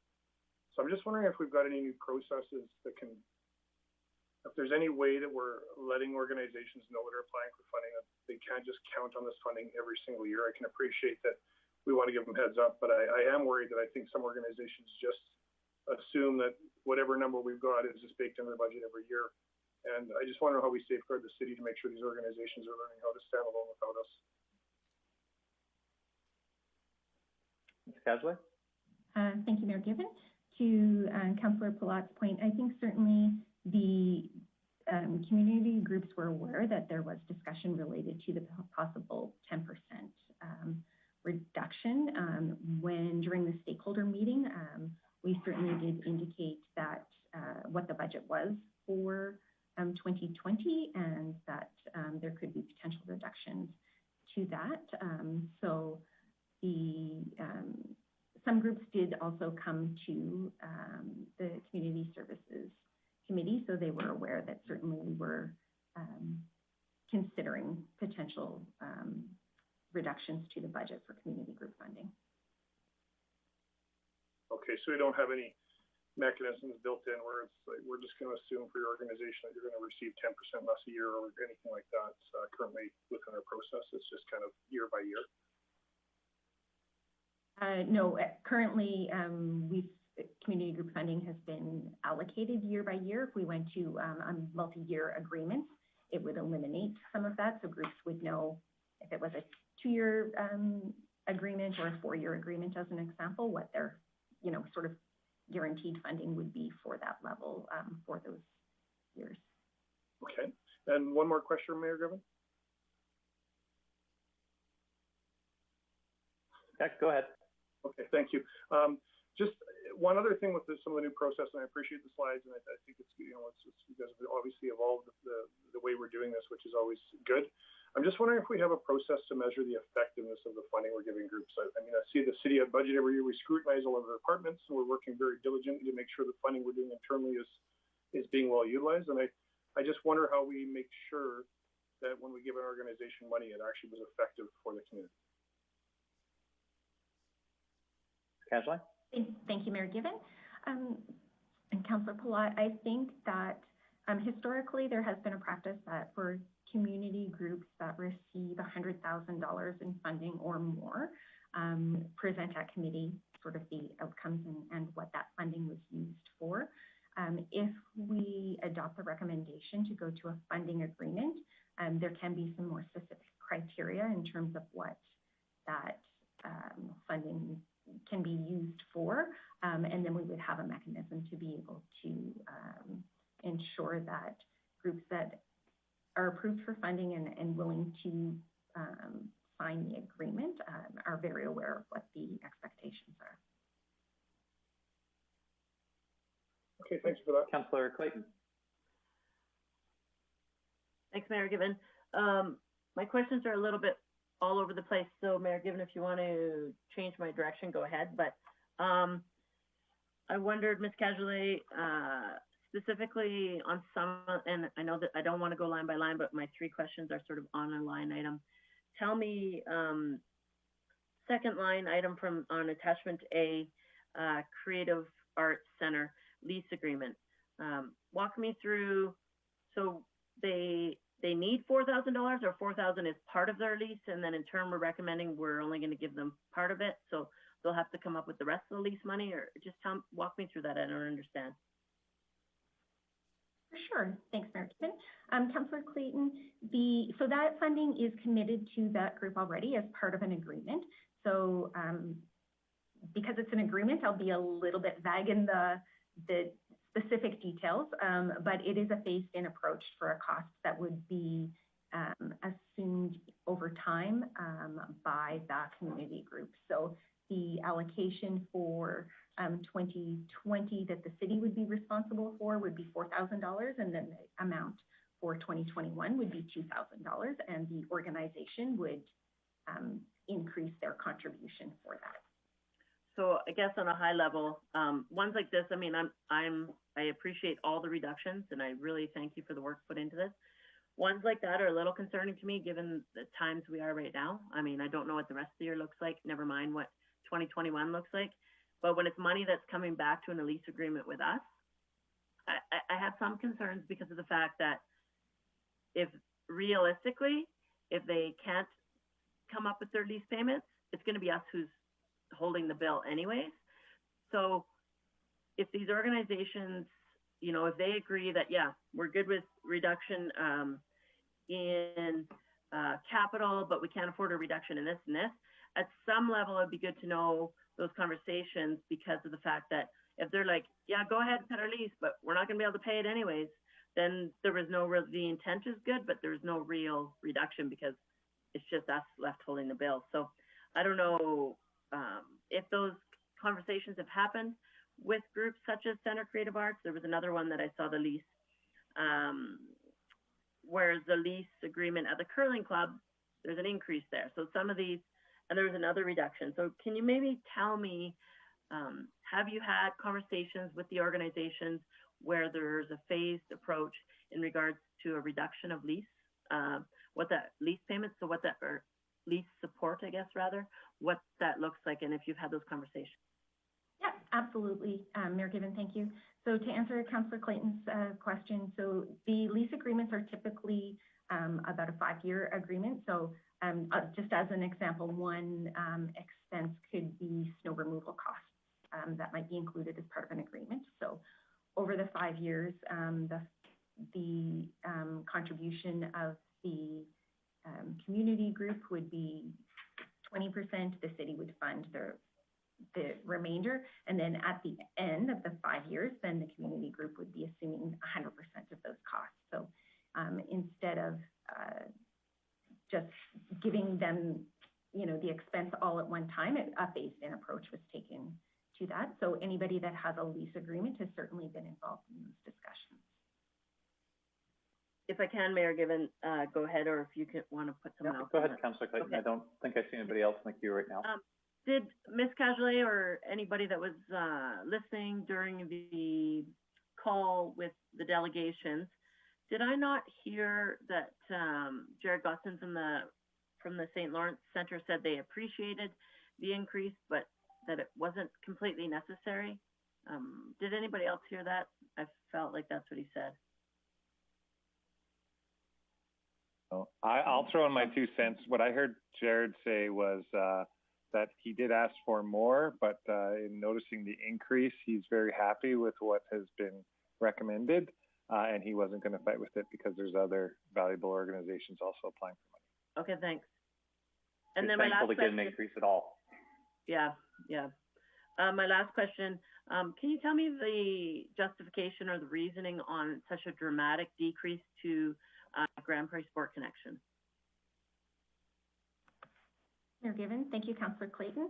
So the intent in supporting that organization would be, instead of giving them a cash grant in the same amount that we have previously, is administration feels that we could work with that community group to help support the work of the organization in different ways. So one recommendation would be, if depending on, I can't really speak for the group, but if they were agreeable to that, there's certainly value in their signature events like Try It Days and Sports Excellence Awards. So there would be opportunity for the city to help the organization and contribute to those events, whether that, again, without consulting with the organization, could be providing a venue location for that. It could be providing ticketing services, support with marketing, or whatever the community group sees as an opportunity for us to help them in gift in kind. Okay. I think I had, thanks, Councillor Clayton. Councillor Thiessen? Thank you, Mayor Given. Just really another process question. Thanks for all your hard work, Ms. Cajolet and Arlen and your team. Just last year and in the preceding years, I got a lot of feedback from community groups on the application process, how challenging it was for them and other things. I know we had tweaked and modified it, but did you receive any feedback on the application process? Did it improve? Did organizations find it easier to apply, or were they still frustrated? Thank you, Mayor Given. To answer your question, I feel that we've had a little bit of feedback in that regard, and it has been favorable.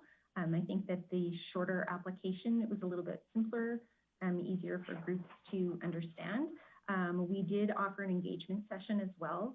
Unfortunately, it was in the midst of our current situation, so it had to be an online, definitely not the type of engagement that we had planned for this funding cycle. I feel that within the Sports Development, Wellness and Culture Department, we have dedicated administrative support, and part of their role is to support community group funding. So I feel that there were lots of questions, just simple things, sending forms or sending additional information or reviewing forms that certainly was able to be simplified with community groups. So. All right, that's great to hear. Thank you very much. Okay, I'm not sure if I had anybody else in the queue. I see you, Councillor Plott. I would like to suggest that if there are portions of the recommendations that are not contentious or council isn't looking at making changes to or adjustments, maybe we could deal with those and get them off the table, so to speak. And so we could narrow in on, you know, like again, if there was an area that there was going to be significant change, I would imagine it would be in item number 7, which is where we get into the actual allotments. So just with that advice, if we maybe start, I would be happy to accept any motions to start to get some of the stuff off the table, so we can complete some of the work from the committee. Councillor Palat? Thanks, Mayor Gibbon. I just had a question. I guess it was kind of tweaked when Councillor Clayton was asking about Sports Connection, but with the numbers allocated here, we don't have anything allocated for gift in kinds. Is there much for gift in kinds or stuff that's being kind of off the side of a desk for a city employee that is still taking up their capacity? Like, do we have any sense of numbers for that?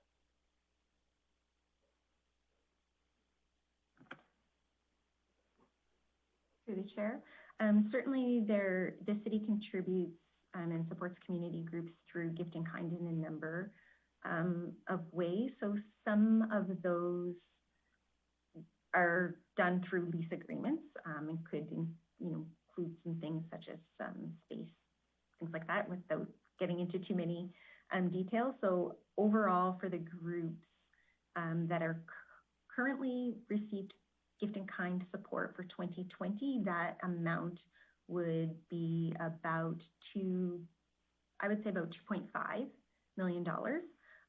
In new funding requests for gift in kind support for 2021, I would say that is about valued at about probably another $95,000 in requests for support. So one thing that we certainly noticed this year in applications is a request for gift in kind support for meeting space and things like that. So in some cases, we're able to do that fairly easily. One thing that administration will recommend going forward as part of the upcoming budget deliberations will be an amendment to the fees, rates, and charges bylaw, and expanding. We currently have a sport partner rate for usage and meeting room space at most of our facilities, and we'll be looking to expand that to, I don't know exactly what the name will be, but perhaps it's a community and sport partner rate, so that any of the groups that have received formal community group funding or have funding agreements with us will be able to avail of that discounted room rate for meeting room space bookings. Okay, thanks. So if I understand that outside of this budget, there's about a $2.5 million through gifts and kinds and other things that are happening for the organization annually? That's okay. Thank you. Okay. Councillor O'Toole? Yeah, Mayor Gibbon, if there's no more discussion, I'd like to make a motion, if that's okay. Well, I did see Councillor Friesen. So Councillor Friesen, go ahead just before we get to motions. Thanks for making that. Do the same, okay. As well, so Councillor O'Toole can go ahead. Well, sure. There's enough motions for everybody to get at least one. So, Councillor O'Toole, why don't you start? I move that council approve the 2021 community group funding grant allocations as presented in attachment A. Okay, thanks, Councillor O'Toole. You decided to start with the one that's going to take the most work. Thanks. Okay, so here's my suggestion. I have a feeling we may have amendments to Councillor O'Toole's motion because this is the one that contains all the different numbers for all the different community groups, and if anybody's going to make any changes, it might be on this. Actually, you know what, Councillor O'Toole, your motion is in order. Can I ask, can we deal with the ones that aren't likely to get 15 different amendments? Well, you're looking at number C? Well, I would suggest number 1, 2, 3, 4, 5, 6, 8, 9 are all ones that are probably not likely to have a lot of amendments. So any one of those ones, please. Fair enough. And I will rescind that last motion and move to number 1, approve the maximum allocation of $7,500 per organization per year, maximum $5,000 for matching grants, and a maximum of $2,500 for cash grants. for the new community improvement grant, formerly the Parks Improvement, Neighborhood Matching, and Community Enhancement Grants. Okay. Thanks, Councillor Toole. Any discussion or debate on that point? Councillor Palat, and then Councillor Bressie. Thanks, Mayor Given. Just for, sorry about that. Just for, so I can get a sense of this, can you kind of let me know the amount of organizations that wouldn't qualify, that would have previously qualified with this change, or if there's any impact there? Thank you, Mayor Given. To answer Councillor Palat's question, the same groups would be eligible to apply for these. If with putting a maximum cap for the matching grants, that sometimes can be a barrier for typically neighborhood associations that would apply for that funding. It's difficult to, be able to coordinate volunteer services and those things to match the grant. So if there were fewer applications for the matching component, then we would be able to just deliver additional cash grants to the maximum budget amount. Okay, thanks, Ms. Kesley. Thanks, Councillor Platt. I see Councillor Bressie and then Councillor Minhas. Great, thank you. And just another question for administration in regards to neighborhood associations. So this is just looking at the amount of money they can apply for projects. So they also get a $2,500 grant just for operations. And my understanding is that wouldn't count towards the $7,500 limits. They could get their $2,500 operating grant, then also do a $7,500 project. Am I understanding that right? Thank you, Mayor Given. Yes, Councillor Wexley, that is absolutely correct. There would be no change to the operational grants for the neighborhood associations. Great, thank you. Okay, thanks, Councillor Bressie. Councillor Minhas? Thank you. Actually, Dylan asked already question. I was wondering $2,500. It's going to give to anyway if they don't, if you don't get match grant, they will get $2,500 no matter. We get mail yet? For the grant. They would the neighborhood associations would still receive their operational grant of $2,500. This recommendation does not impact that. Okay, thank you. Okay, thanks. And we'll just make sure that all of our council members have their mics closed if you're not currently asking a question. Were there any other questions on Councillor O'Toole's motion on item number 1? I don't see any. Then that being the case, I'll call for the vote on recommendation number 1. All in favor? Okay, looks like that motion carries you. Sorry, just want to make sure. Any opposed? Okay, thank you. 1 opposed. I see Councillor Thiessen opposed. Thanks, Councillor Thiessen. Just trying to make sure. No, okay. So then that was a unanimous. Okay, so everybody, if you can do me the favor, it's a big screen and there's lots of little boxes to count. Just make sure you leave your hands up until I close the vote, just so I can see. If you flash it quickly, I might have been looking at a different area. Thanks, Councillor Thiessen. Okay, so we got that one as unanimous. Any other motions arising as we work our way down the list? Who'd like to go next? Councillor Thiessen. Thank you very much, Mayor Gibbon. I am just going to sort of tiptoe around this. So I would move that committee recommend council to approve points 2 and 3. And I'm just moving 2 points right now, just speaking to this, because I'm not sure if there's going to be discussion or debate. I think these 2 will be easily passable, but on 4, 5, and 6, and 7, of course. So yeah, just 2 and 3 for now. Thanks. Sorry, can we split these? Council. Yep, absolutely. We can deal with them one at a time. So let's deal with item number 2 first. Is there any discussion or debate on item number 2? Councillor Bressie. Yeah, thank you, Mayor Gibbon. I'd encourage council or committee to defeat this motion. I think it's penny wise, pound foolish. And the reason for that is that we're talking projects that improve city-owned land, leveraging volunteers and donors.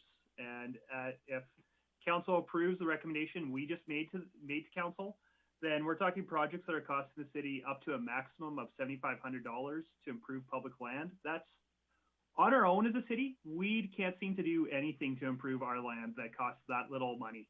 And that's because often we do very big projects. And when we do, we're doing it with expensive staff. We're doing it all with taxpayer money.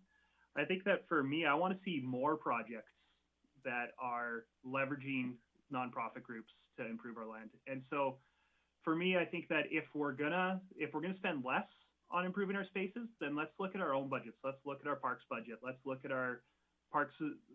our capital and our operating budget for the stuff that the city's doing directly, using unionized employees and using materials and supplies that we're buying. Let's not cut back on improving our land from this budget. So I hope the committee will defeat this. Thanks, Councilor Bressie. Any other discussion or debate? I have a question for administration. Ms. Cajolet, in previous years, had the community improvement grant budget been fully subscribed or expended? Thank you, Mayor Given. So this grant previously was 3 individual grants, each with their own budget. So streamlining them into one. So I can't speak, this would be the first year for that, so I can't speak to the whole process. But if you can just give me a minute, I can actually get you the actual dollar amounts over the last couple of years. So I can say that collectively, those 3 grants would not have been totally utilized. But I can get some specifics in just a moment. If you could, and while you're finding that, I'll just speak to my point here. I won't support Councilor Bressie's motion unless we find out that in past years these 3 different grant streams were fully subscribed and wasn't enough money. My recollection is that we haven't in the past granted all the money that was there. So I actually support the, Councilor Bressie's point that we should be working with community groups to do more of these projects. But in a tight budget year, an area that hasn't been fully subscribed, I would rather wait until people are beating down the door and it is oversubscribed or that we can't meet demand. So unless my recollection is proven wrong, that would be the reason why I won't be supporting Councilor Bressie's position, and I would encourage council to support the reduction as proposed. Ms. Cajolet? Thank you, Mayor Given. So for 2017, the combined 3 grants, the money spent to that was about $39,000. Same for 2018. In 2019, the fund was $33,000 for the combined grants, and the budget for 2020 is $45,000. So in the past, because these projects were isolated and run by different departments, I think that there was potentially an opportunity in some instances where smaller grants were given to community projects. I feel that with the allocation of the $7,500, that could be a larger donation for a single applicant than we've previously practiced. Okay, thanks for that information. Councillor Clayton? Thanks, Mayor Given. So Ms. Cajolet, to confirm, 3 different buckets were merged into one. The total spending was approximately 35 prior. The request equated 45 this year, and this motion will fund the total 3 combined to 25. Is that correct? Through the chair, Councillor Clayton, you're correct. There were 3 grants. The budget for 2020 was $45,000. There have been no requests so far for 2020. But the spending in the past was 35 with the 3? Yeah, approximately. Great, thank you. And Councillor Thiessen's motion is to support recommendation number 2, which would give a total of 25. That is correct. Great, thank you. Yeah, that's correct. Yeah, and so certainly I see Councillor Bressie will make sure to come back to you. Was there anybody else that wanted to get into this before I go to Councillor Bressie and then back to Councillor Thiessen to close? Looks like not. Councillor Bressie, go ahead, and then we'll go to Councillor Thiessen if he wishes to close. Great, thank you. Just something else that I'd remind council of is we did have discussion and voting on this during our last budget deliberations. And last November, we did reduce these buckets already because they had been undersubscribed in past years. So in November, we felt that we were adjusting this to where they would be subscribed. It doesn't make sense to me that when we haven't even got through a full year, that we'd be looking at lowering this basket again. And once again, I think that this isn't just about supporting community groups. This is actually about getting improvements on land that the city owns for a lot more capital efficient than we can do it. And also, it's not just about capital efficiency, it's also if a community group is improving our land, then we know that those people are going to be enjoying it. When it's the city improving land, I don't know if I always am so convinced that the local neighborhood is going to appreciate it as much. Thanks, Councillor Bressy. I did see Councillor Friesen wanting to get in the queue before Councillor Thiessen to close. Councillor Friesen?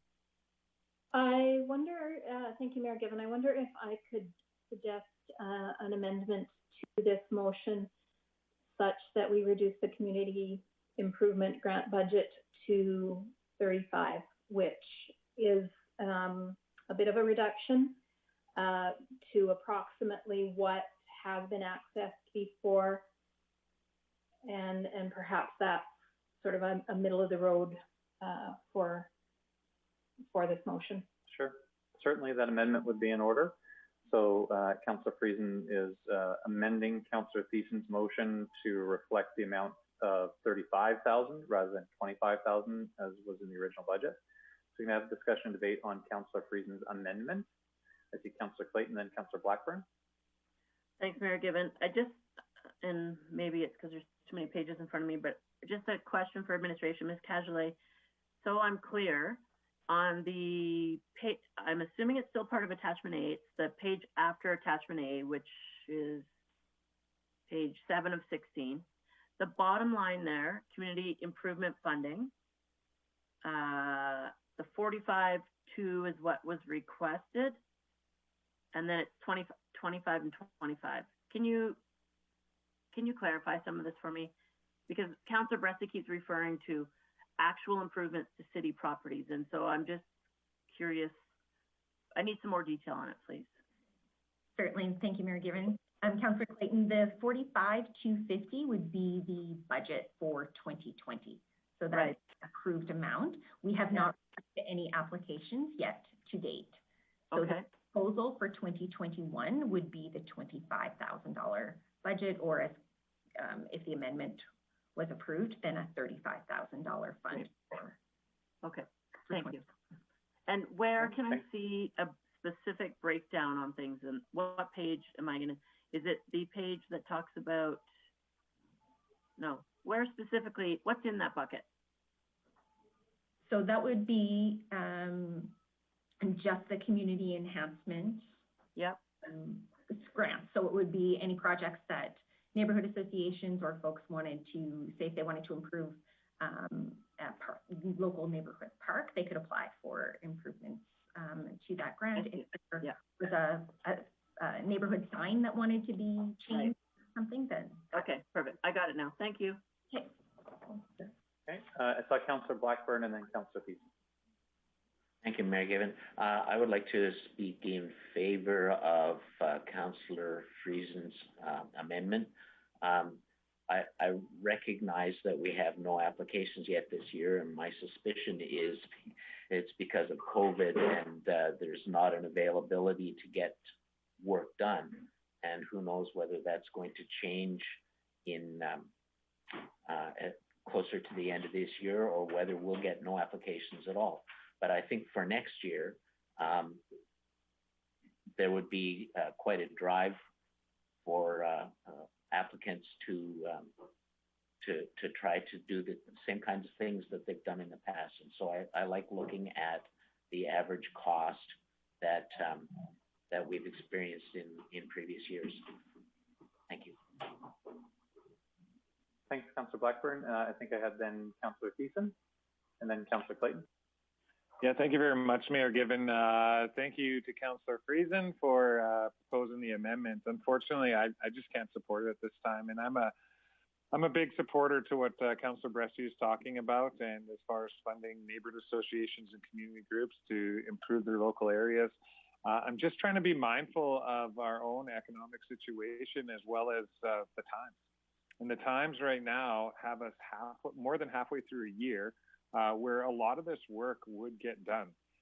in my opinion, I'm looking at this $45,000 that we have, and I don't know if we're going to even get $20,000 worth of applications coming forward for it this year, at which point that goes into an operational surplus and gets carried over into next year, or council can do whatever they want with it if they choose. I just really feel like at a time where we're supposed to be watching our checks and balances, as much as I appreciate providing the opportunity, it's not like we're not providing it any longer, and especially for 2021. If we move forward with this $25,000, we may find that we'll be subscribed or oversubscribed for the program. But I would like to be in a position of discernment because as much as I agree with Councillor Bressie, the neighborhoods and the people in the community are improving our lands at a marginal cost to the city. At the same time, a lot of those people, a lot of those community groups are driven by 2 or 3 or 4 people. And as much as it improves the neighborhood, I don't know if it's a full community buy-in that everyone says that they are now. In some cases, that's the truth when we're improving parks or other lands. But I have strong concerns that this line item isn't going to be even half subscribed this year, simply because of where we are in the year, as I stated earlier. And I think $25,000 is a good starting point. And if we find that we have that budget, we can always shift gears again at that time, because we'll know what our subscription is for the grant program at that time and where we're at. So for all those reasons, I think we're just juicing a pot, and I don't think it's going to be fully subscribed. Thanks. Okay, thanks, Councillor Thiessen. So I did see a few others. I'm seeing, I think I had Councillor Clayton. I said Councillor Bressie. Councillor Plott, were you looking to get in? I'm sorry, I don't remember if I had you. Okay, so we'll go Councillor Bressie, O'Toole, and Clayton. Great. Just something I draw council's attention to is if you Google City Grande Prairie Community Enhancement Grants, the website we've got for it says this is under review, and it's got a grant deadline of October 2019. So right now it looks to me that you can't even apply for this grant, and maybe you can, but if I was trying to apply for it in the community, I'd assume that I wouldn't. So I'd encourage council not to take into consideration it's not subscribed this year, and that means there's not demand for this in the community. I think it's probably not subscribed this year because I have no idea how you would apply for it. Okay, thanks, Councillor Bressie. Councillor O'Toole, then Councillor Clayton. Yeah, I won't be supporting this. I'm still avid that we need to keep this at $25,000. Administration has worked very hard to narrow this down for us. Yes, we're all hurting. Everything that we make today, there's going to be people happy and there's going to be people sad. But at the end of the day, the idea of holding this off is so we could make some cuts and make some decisions that would better the community. And if we don't do any decisions, then we haven't done a darn thing. So I would be not supporting this, but I will be supporting the $25,000. Thank you. Okay. Thanks, Councillor O'Toole. Councillor Clayton. Thanks, Mayor Given. Not much more to add. I can't support the amendments. I appreciate the intent of Councillor Bressie and Councillor Friesen with the amendment. But in my opinion, we, as mentioned by other people, we don't know the subscription rates right now. We are getting near the end of the year. They're potentially to allocate the money when we don't know the demand is there. It doesn't seem like a good judgment call. So I won't support the amendment, and I like the motion as made by Councillor Thiessen. Thanks. Okay, thanks, Councillor Clayton. I just want to make sure that I want to check my understanding before I make my statement and before I go to Councillor Friesen to close. Ms. Cajolet, is the recommendation the $25,000 or $35,000 for this? Are we talking about the 2021 year or the 2020 year? Thank you, Mayor Given. This would be for the 2021 funding cycle. Okay, thank you. So on that basis, I do support the amendment. I appreciate Councilmember's points about what we're seeing in this year, but my observation is that we're actually talking about the 2021 year. I would expect that we will see utilization of this fund to historic levels at minimum, and that's why I'm comfortable in supporting the amendment to reset the 2021 amount that's available closer to what's been spent in the past. And so that would be the reason that I would support it. We have had, Councilor Clayton, I saw you flash your hand, but we have a number of other motions. Many of us have had a chance on this, and I'll go to Councilor Friesen to close her amendment. Thank you, Mayor Given. So I would just encourage council to support this amendment to $35,000. The fact that there are no applications this year in a very unusual start to a year such that we've never seen before is no surprise, but we shouldn't carry that forward as a matter of course, because it is an unusual year. Starting at 35 is actually based off a real number of subscription to this program in the past, and that's sure better than starting off of maybe we'll see under subscription. We currently have 0. That doesn't matter. We're in a year that is not representative of what communities can and will do.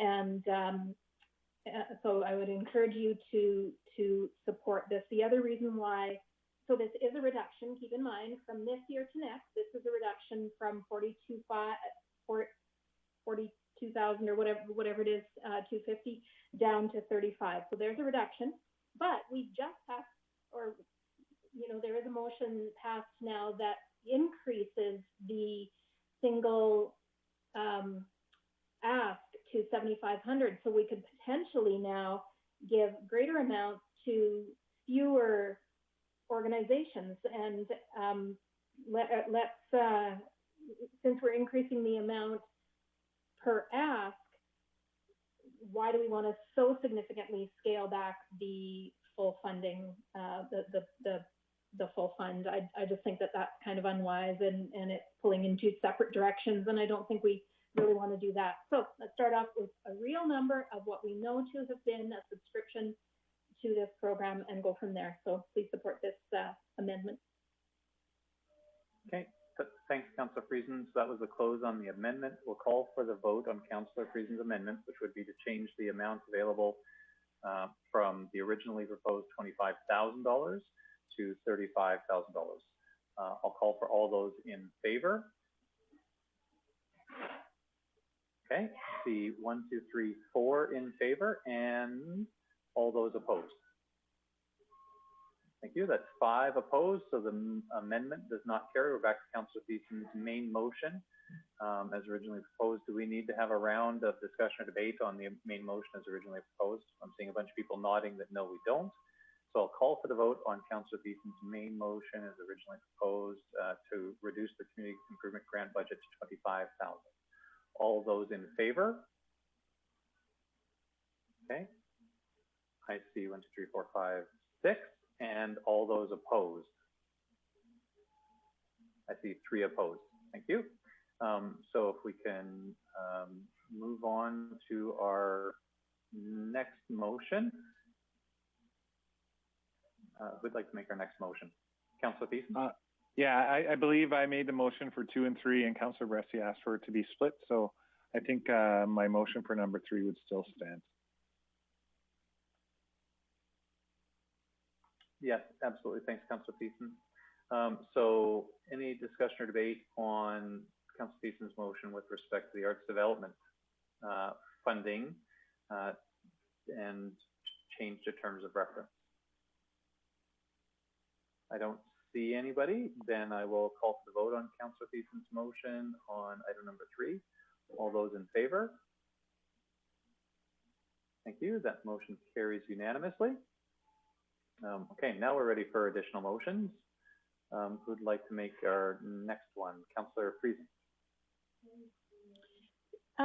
Thank you, Mayor Given. I think we can perhaps group numbers 4 and 5 on the recommendations here. So I'm going to move that committee recommend council redirect organizations that were previously approved through the larger community group funding to arts development funding, and there's a few of them that are listed here as the kinds of organizations that we would do this with, and that as number 5 says, we increase that arts development funding budget in the festival funding category by $35,000.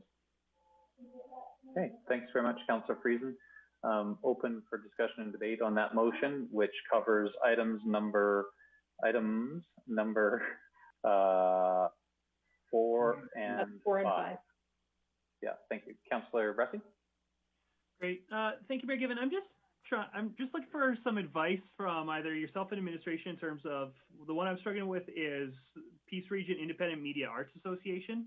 I strongly believe that they're an economic development more than an arts piece, and I'm going to be arguing later that we do give them funding as an economic development group, and so I'm kind of curious if this motion passes as is, would I still be able to make that motion later today, or do I have to try to get them out of this motion? Just I'm looking for some process advice.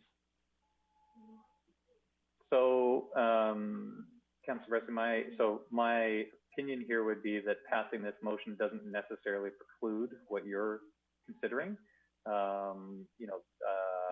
This is basically saying you're not getting funding through this other stream that you had previously. You may want to go and check this out, a different stream being the arts development funding. So, it doesn't sort of pigeonhole them to that. I would bet that any community group would be happy to receive a tip on a different approach to funding that anybody wanted to provide them. But yeah, I don't think this precludes them from seeking any other sources of funding. Or sorry, I guess so if in half an hour or so when we're talking about individual allocations to groups, if this motion passes, and if then I make a motion saying, hey, we actually want to fund Prima out of the funding that we're allocating today, would that motion be in order later if this motion here passes? Sure.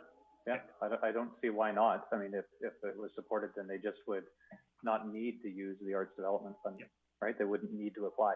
So yeah, I don't know. And Mayor, given if I may speak to my reading and my intention in making this motion, that this is, such as these organizations, there's no, how I'm hopeful that this is reflected is that there's no either or.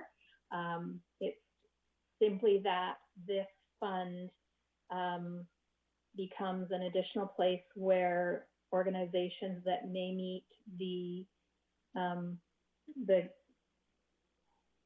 what am I trying to say? May meet what this fund can give grants to, have that as an option. So there's no either or. It's just these are organizations that may benefit from this fund.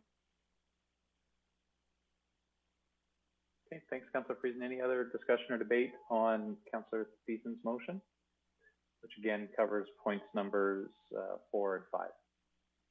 That was Friesen, Councillor Friesen. Oh, sorry, but they rhyme. Sorry, Councillor Friesen's motion. My apologies. Thank you, Councillor Clayton. Thanks, Mayor Given. Can I just ask these motions be split? Because I think I have a question on item number 4. Sure, absolutely. Ms. Casually, did you have something additional?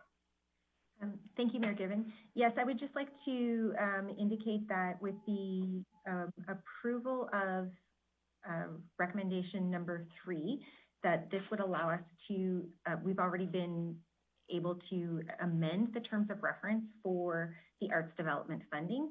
So Prima, as an example, that organization or another organization could be eligible for operational funding through arts development. Thank you for that. Okay, so we'll discuss item number 4 then. Councillor Clayton, you said you had a question about that? I apologize. My question might be on number 5. I'm just doing a bit more reading. So if you can vote on number 4, I'm fine with number 4. I wanted to split 4 and 5 as Councillor Friesen's motion. Correct? If there's no other discussion or debate on item number 4, then we'll call for the vote on item number 4. All those in favor? Thank you. That looks like that motion. Councillor Clayton, I know that you're still looking, but I just didn't get a chance to catch your hand. You need to leave it up there for me to see the entire screen. Thank you. That motion carries unanimously. And now we're on to item number 5. Councillor Clayton, did you have a chance to find what your question might be? Yeah, you bet. I'm just scrolling back up to the motion, one sec. No, I'm good. Got it. Thank you. All good. Okay, thanks, Councillor Clayton. Then we can move on to the vote for item number 5. I've lost Councillors O'Toole and Thiessen. I need to thank guys. Appreciate we're all trying to do a couple things at once probably. So I'll call for the vote on item number 5. All those in favor? Thank you. That motion carries unanimously. Thank you. And then I'll look for additional motions arising. Councillor Minhas.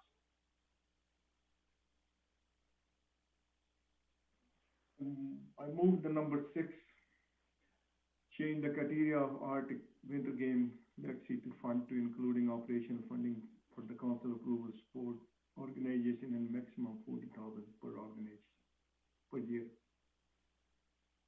Okay. Thanks, Councillor Minhas. Motion is open for discussion of item number 6. Councillor Clayton. Thanks, Mayor Given. In regards to process, Mayor Given, I look to your advice. I would like to table this motion. I'd like to direct administration to have a further discussion with what's existing of Arctic Winter Games people. I do have some concern of what the intent of this legacy was.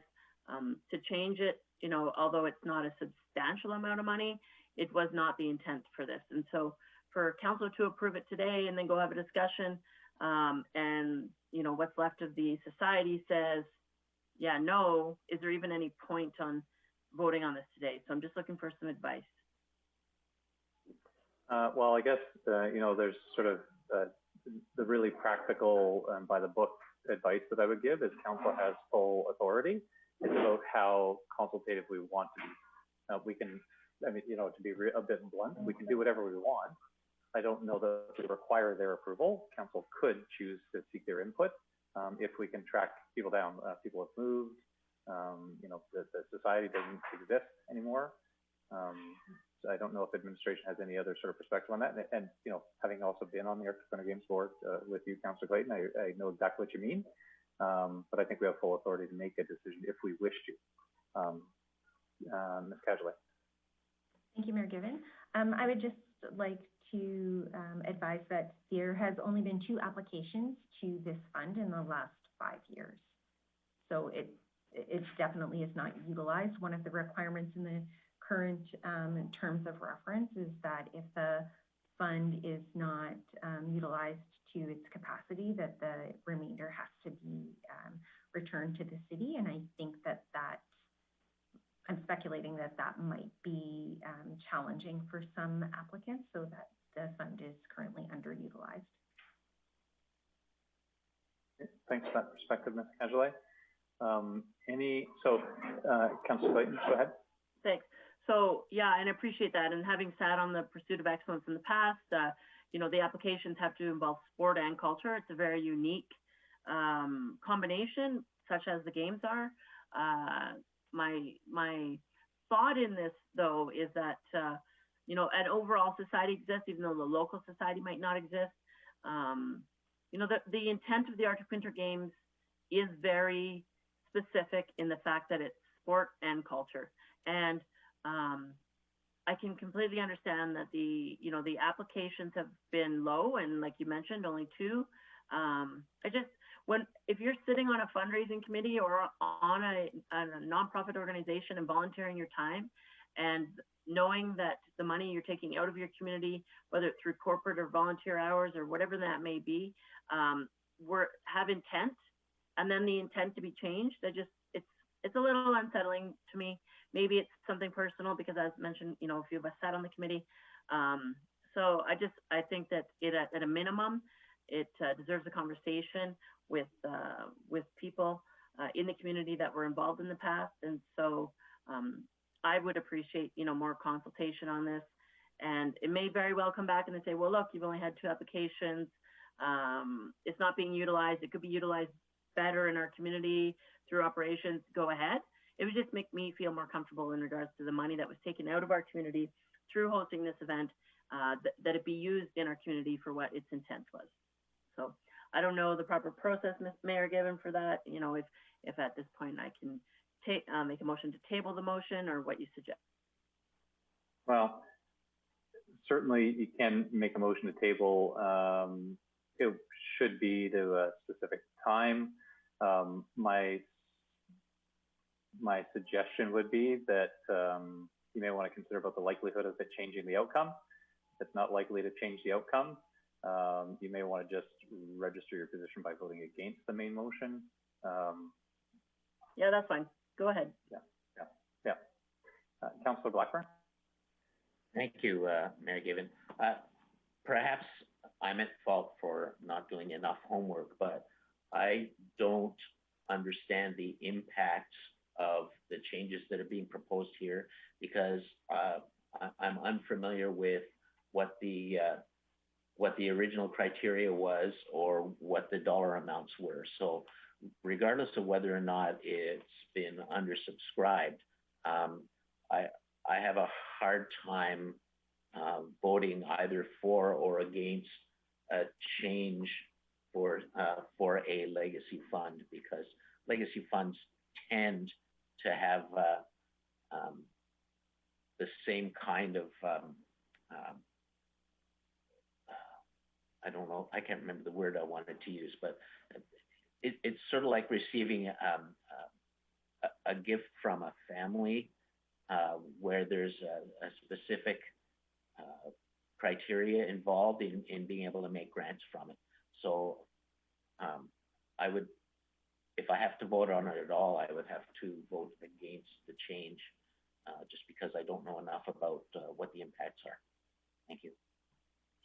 Sure. Thanks, Councillor O'Toole. And my recommendation would be that if the motion didn't carry, then a subsequent motion for some other action would be appropriate. You know, really, I'm looking to establish the will of council on this, and but yeah, if there, you know, if people don't feel comfortable supporting the motion that's proposed, then I would just vote against it. If there are enough people that are not comfortable with it and vote against it, then that action wouldn't happen, and we could propose some other action.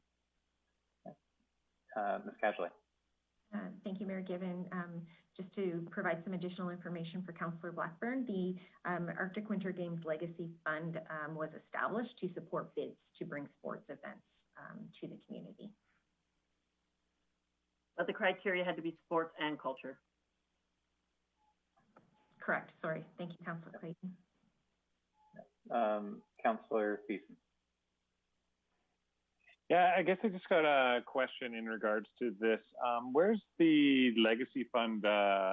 Where's in their total community group funding? Who would administer it? Is it Pursuit of Excellence funding, arts development, enhancement, community?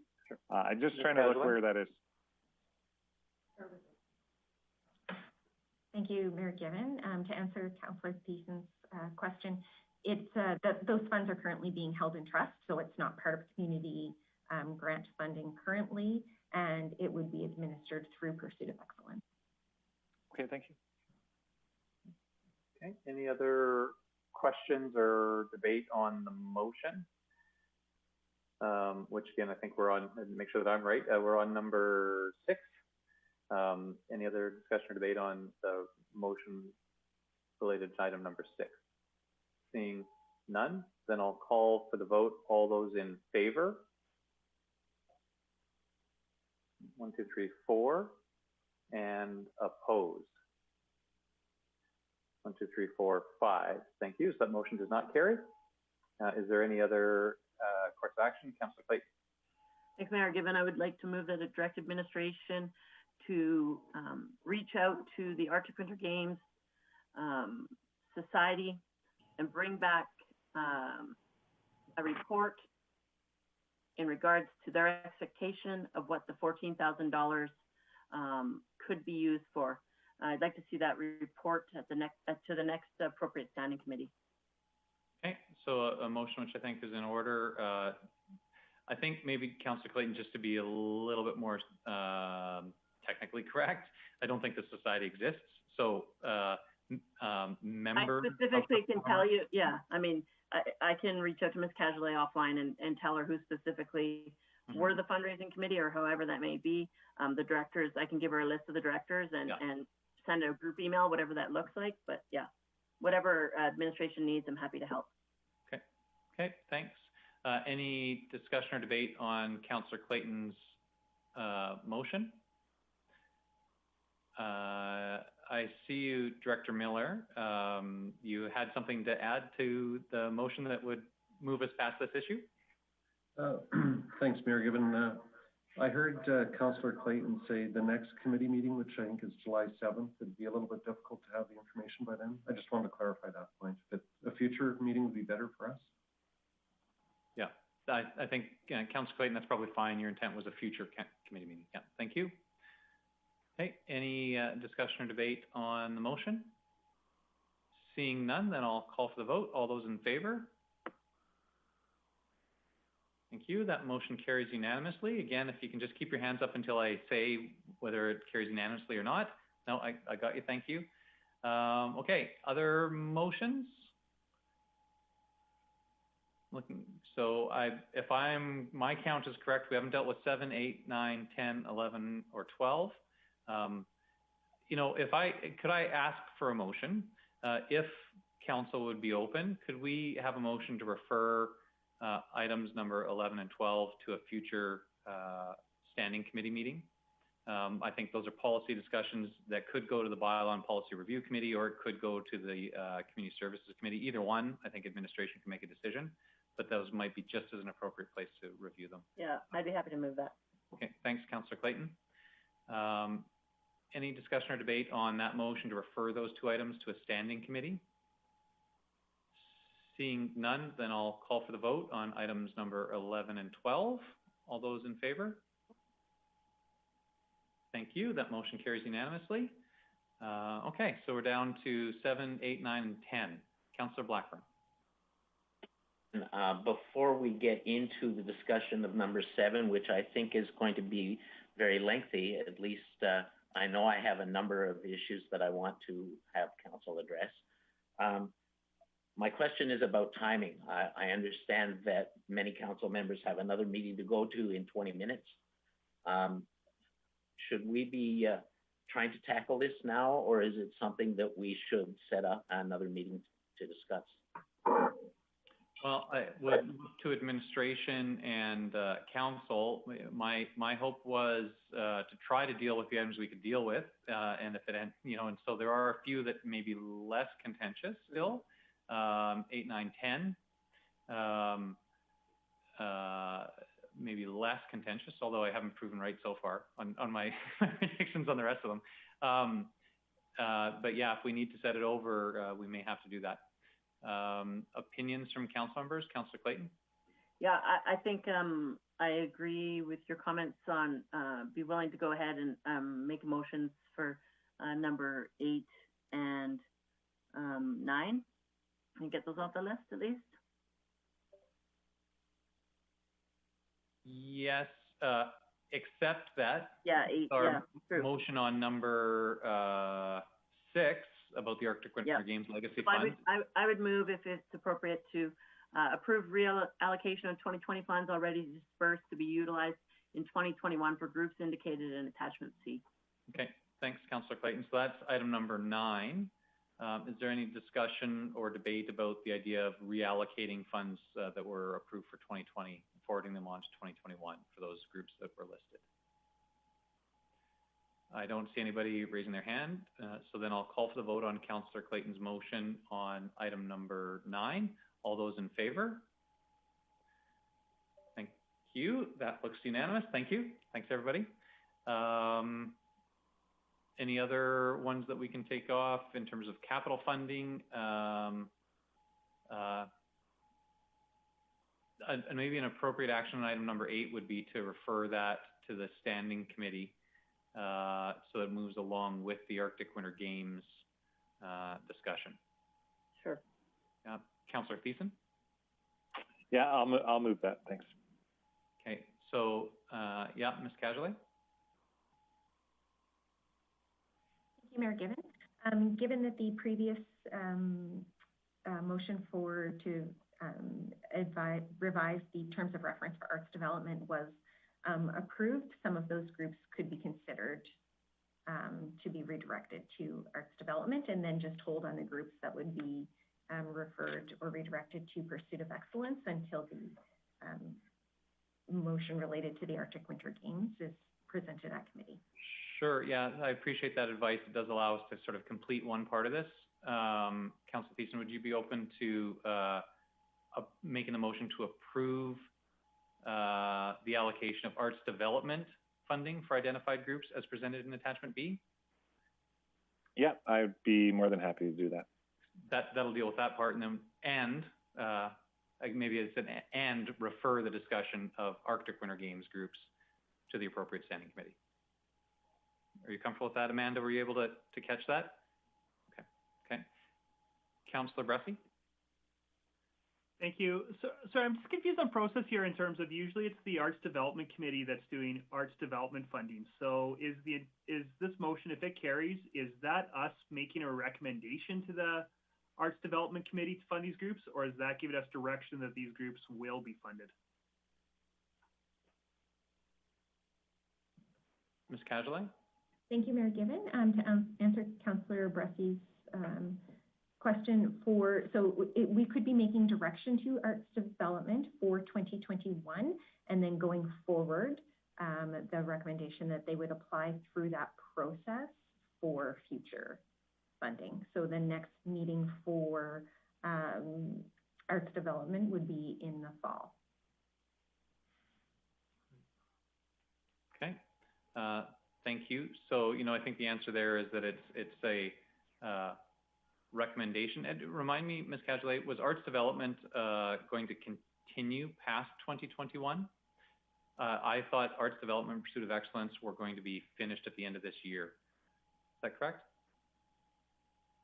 Thank you, Mayor Gibbon. There would be a recommendation to continue with the funding streams, just the approval mechanism.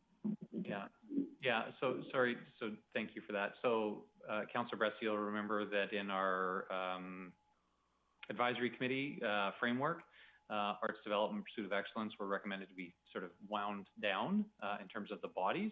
And ultimately, I think council or standing committee having approval of those grant applications. So we would have the authority to directly grant in 2021 if we wished. Okay, so Councillor Thiessen, thank you. I see your hand. Just as a refresher, I think where we're at, and appreciate everybody's good graces. I know we're all hungry and tired of sitting probably. Councillor Thiessen, I appreciated your willingness to do a motion that was sort of cobbled together to allocate the arts development funding and to refer the Arctic Winter Games legacy funding for identified groups presented in attachment B. Thanks for that. Did you have anything further on it? Maybe not just further on that, just perhaps clarification on the mechanisms. It was still I know the recommendation came forward from administration, but council hadn't approved anything for the granting structures yet, and I believe we still have to deal with that in the summer or fall. So the fact that a committee would directly be involved with funding isn't yet determined. Yeah, true. Okay, any discussion or debate on Councillor Thiessen's motion? Councillor Bressy. Yeah, thank you. I'm going to be voting in favor, but it's with a bit of hesitation that I want to share with council. That is, I'm hesitant that we're putting, as I said earlier, I'm hesitant that we're putting PRIMA in arts development instead of economic development, and I hope that it doesn't just get looked with an arts component in the future, and I'm worried that it might lose funding in the future because of that. And the reason for that is, by my count, we've had seven film shops open up in our region in the last 4 or 5 years, and those are just the ones that I'm aware of. I'm sure there's ones that I'm not aware of, and those are all companies employing local people who aren't just doing work, but they're also doing marketing for local businesses. It's a whole industry of business to business work that didn't exist, that wasn't super accessible in our region before. And I think it's really good for our region if our businesses, as they lean into more and more video marketing, is becoming more important. It's really important to me that, first of all, our organizations in our community can spend money in our community instead of having to hire somebody in Edmonton. That's good for our economy. But also they can tell their stories so much better about what's happening in Grande Prairie if they're hiring Grande Prairie people to tell them. So I'm hesitant about us putting PRIMA into arts development just because I want it to be looked at that economic development lens as well. That being said, they're still getting money, so I'm not gonna I'm not going to fight this motion right now, but I'm worried about the downstream impact in future years, and I hope council will keep its eye on that. Thanks, Councillor Bressie. I don't think I saw any other hands. I don't think I had anybody in the queue on Councillor Thiessen's motion. And that being the case, then I'll call for the vote on item number 8. All those in favor? Thank you. That looks unanimous. Thank you, everybody. Okay. Are there any others that we could deal with before we make this determination about how long we'll go today? How about capital funding? No. I see our city manager has popped in. Mr. Galante? Okay, thank you, Mr. Mayor. Just a comment for council attending the ICF meeting at 1:30. If we don't start at the time, the link for the video call is going to expire. So that's okay. Just to be sure that if we go after 1:30 or the time we decide to start that conference call, I will generate a new link and I will send a new meeting invite for whatever is 2 p.m. to 33, anytime we decide to start. So don't click the link on your calendar. Thank you. Okay, thanks, Mr. Galante. Councillor Clayton? Thanks, Mayor Gibbon. As you mentioned, conversations don't always go as we think in regards to timing. In my opinion, I don't think it's realistic that we're going to be less than an hour on the next few items. So, you know, and that being said, I wouldn't mind a 10-minute break before we start the ICF conversation. So, if appropriate, I'd like to make a motion to table the next items for a council committee as a whole discussion at a date as soon as possible as identified by administration. Okay, sure. That's fair. Thanks, Councillor Clayton. Any discussion or debate on that motion? Seeing none, I just will say that I do see that there are a couple names of some of our external groups that have been here since the start of the day who stuck with us through all this. Our apologies that we're not getting to the specific funding decisions. Thank you very much for listening in. You can see that it's a pretty complicated set of recommendations that the council is giving a lot of thought to, and there is a lot of discussion, debate, and so I appreciate you sticking around. Hopefully you appreciate that we're thinking carefully about all these decisions, and it does take some time. Any other discussion or debate on Councillor Clayton's motion to table the consideration of the other items to another council committee of the whole as determined by administration? Councillor Palat? Thanks, Mayor Gibbon. For me, if we're going to be tabling it, one of the things that I was going to struggle supporting was the capital, specifically around Nighthawk with what's going on with Nighthawk. So if there could be an update on what's happening with Nighthawk before we talked about item number 10 with capital, I think that would help me make my decision. I'm just concerned that the money we're allocating isn't enough, and if we're allocating money, where is it going? You know, from the rumors we're hearing in the community, I guess. Anyway, so for me, I'm hoping if we do table this, that there's more information comes back specifically on that. Okay. Yep, Ms. Cashley? Thank you, Mayor Gibbon. So we have been in contact with the folks from that organization, and they have not revised their request. I mean, certainly it is something that we could follow up on, but there has been conversations given their current situation, and they have not indicated any additional request for capital funding related to this process. Yeah, and fair point. I think Councillor Palat's question would be just to make sure to follow up with him prior to coming back, so that when he asks that question at the next meeting, you're able to say, yes, we asked specifically, and no, they're not going to be asking for more, or no, whatever, that you're prepared to be able to answer that when we come forward again. Councillor Thiessen? Yeah, thank you, Mayor Gibbon. I can speak a little bit to that. Now, as far as Councillor Thiessen, Councillor Palat just identified something that he'd like to know more about when we discuss this in the future. And so I'm not sure. We're just discussing, do we need to have another meeting right now? Yeah, I get that. In regards to there's no point in discussing it right now. There's a different motion on the table. Yeah, we're not making a decision on capital funding. I get that. All I'm going to say is I met with the Nighthawk board last night, and we're still waiting on geotechnical. So understanding the condition of the hill may not be available information to us. I can get Jonathan to come in and talk to the group or to administration. He'd be more than happy to do that. But until the geotechnical reports come back, we're looking at August right now. So at the rate of which we're going to be moving this, I don't know if we're going to have that information. Is all I wanted to say. Thank you. Yeah. Thanks, Councillor Pearson. Any other discussion on Councillor Clayton's motion? Seeing none, then I'll call for the vote. All those in favor? Thank you. That passes unanimously. So again, gratitude to administration for guiding us through a really complex process. Much appreciated. Thanks, Stephanie, Arlen, and the rest of the team for all of your work there. Apologies to those external groups that stuck it out and with the desire to see what the decision would be made on their funding. I'm sure administration will contact you to let you know when we're scheduling our next meeting so you can watch in on that. Again, thank you everybody for attending, and we will close up. Just on the city manager's point, maybe we could, for those going to the ICF meeting, I will sign in on the link that exists right now. So, and then we could, once that meeting is active, we won't have to start a new link. So I'd encourage everybody to sign in on the existing link, even if we do take a 10-minute break to start that meeting. Okay. Okay. Thanks, everybody. Thank you all. Thanks.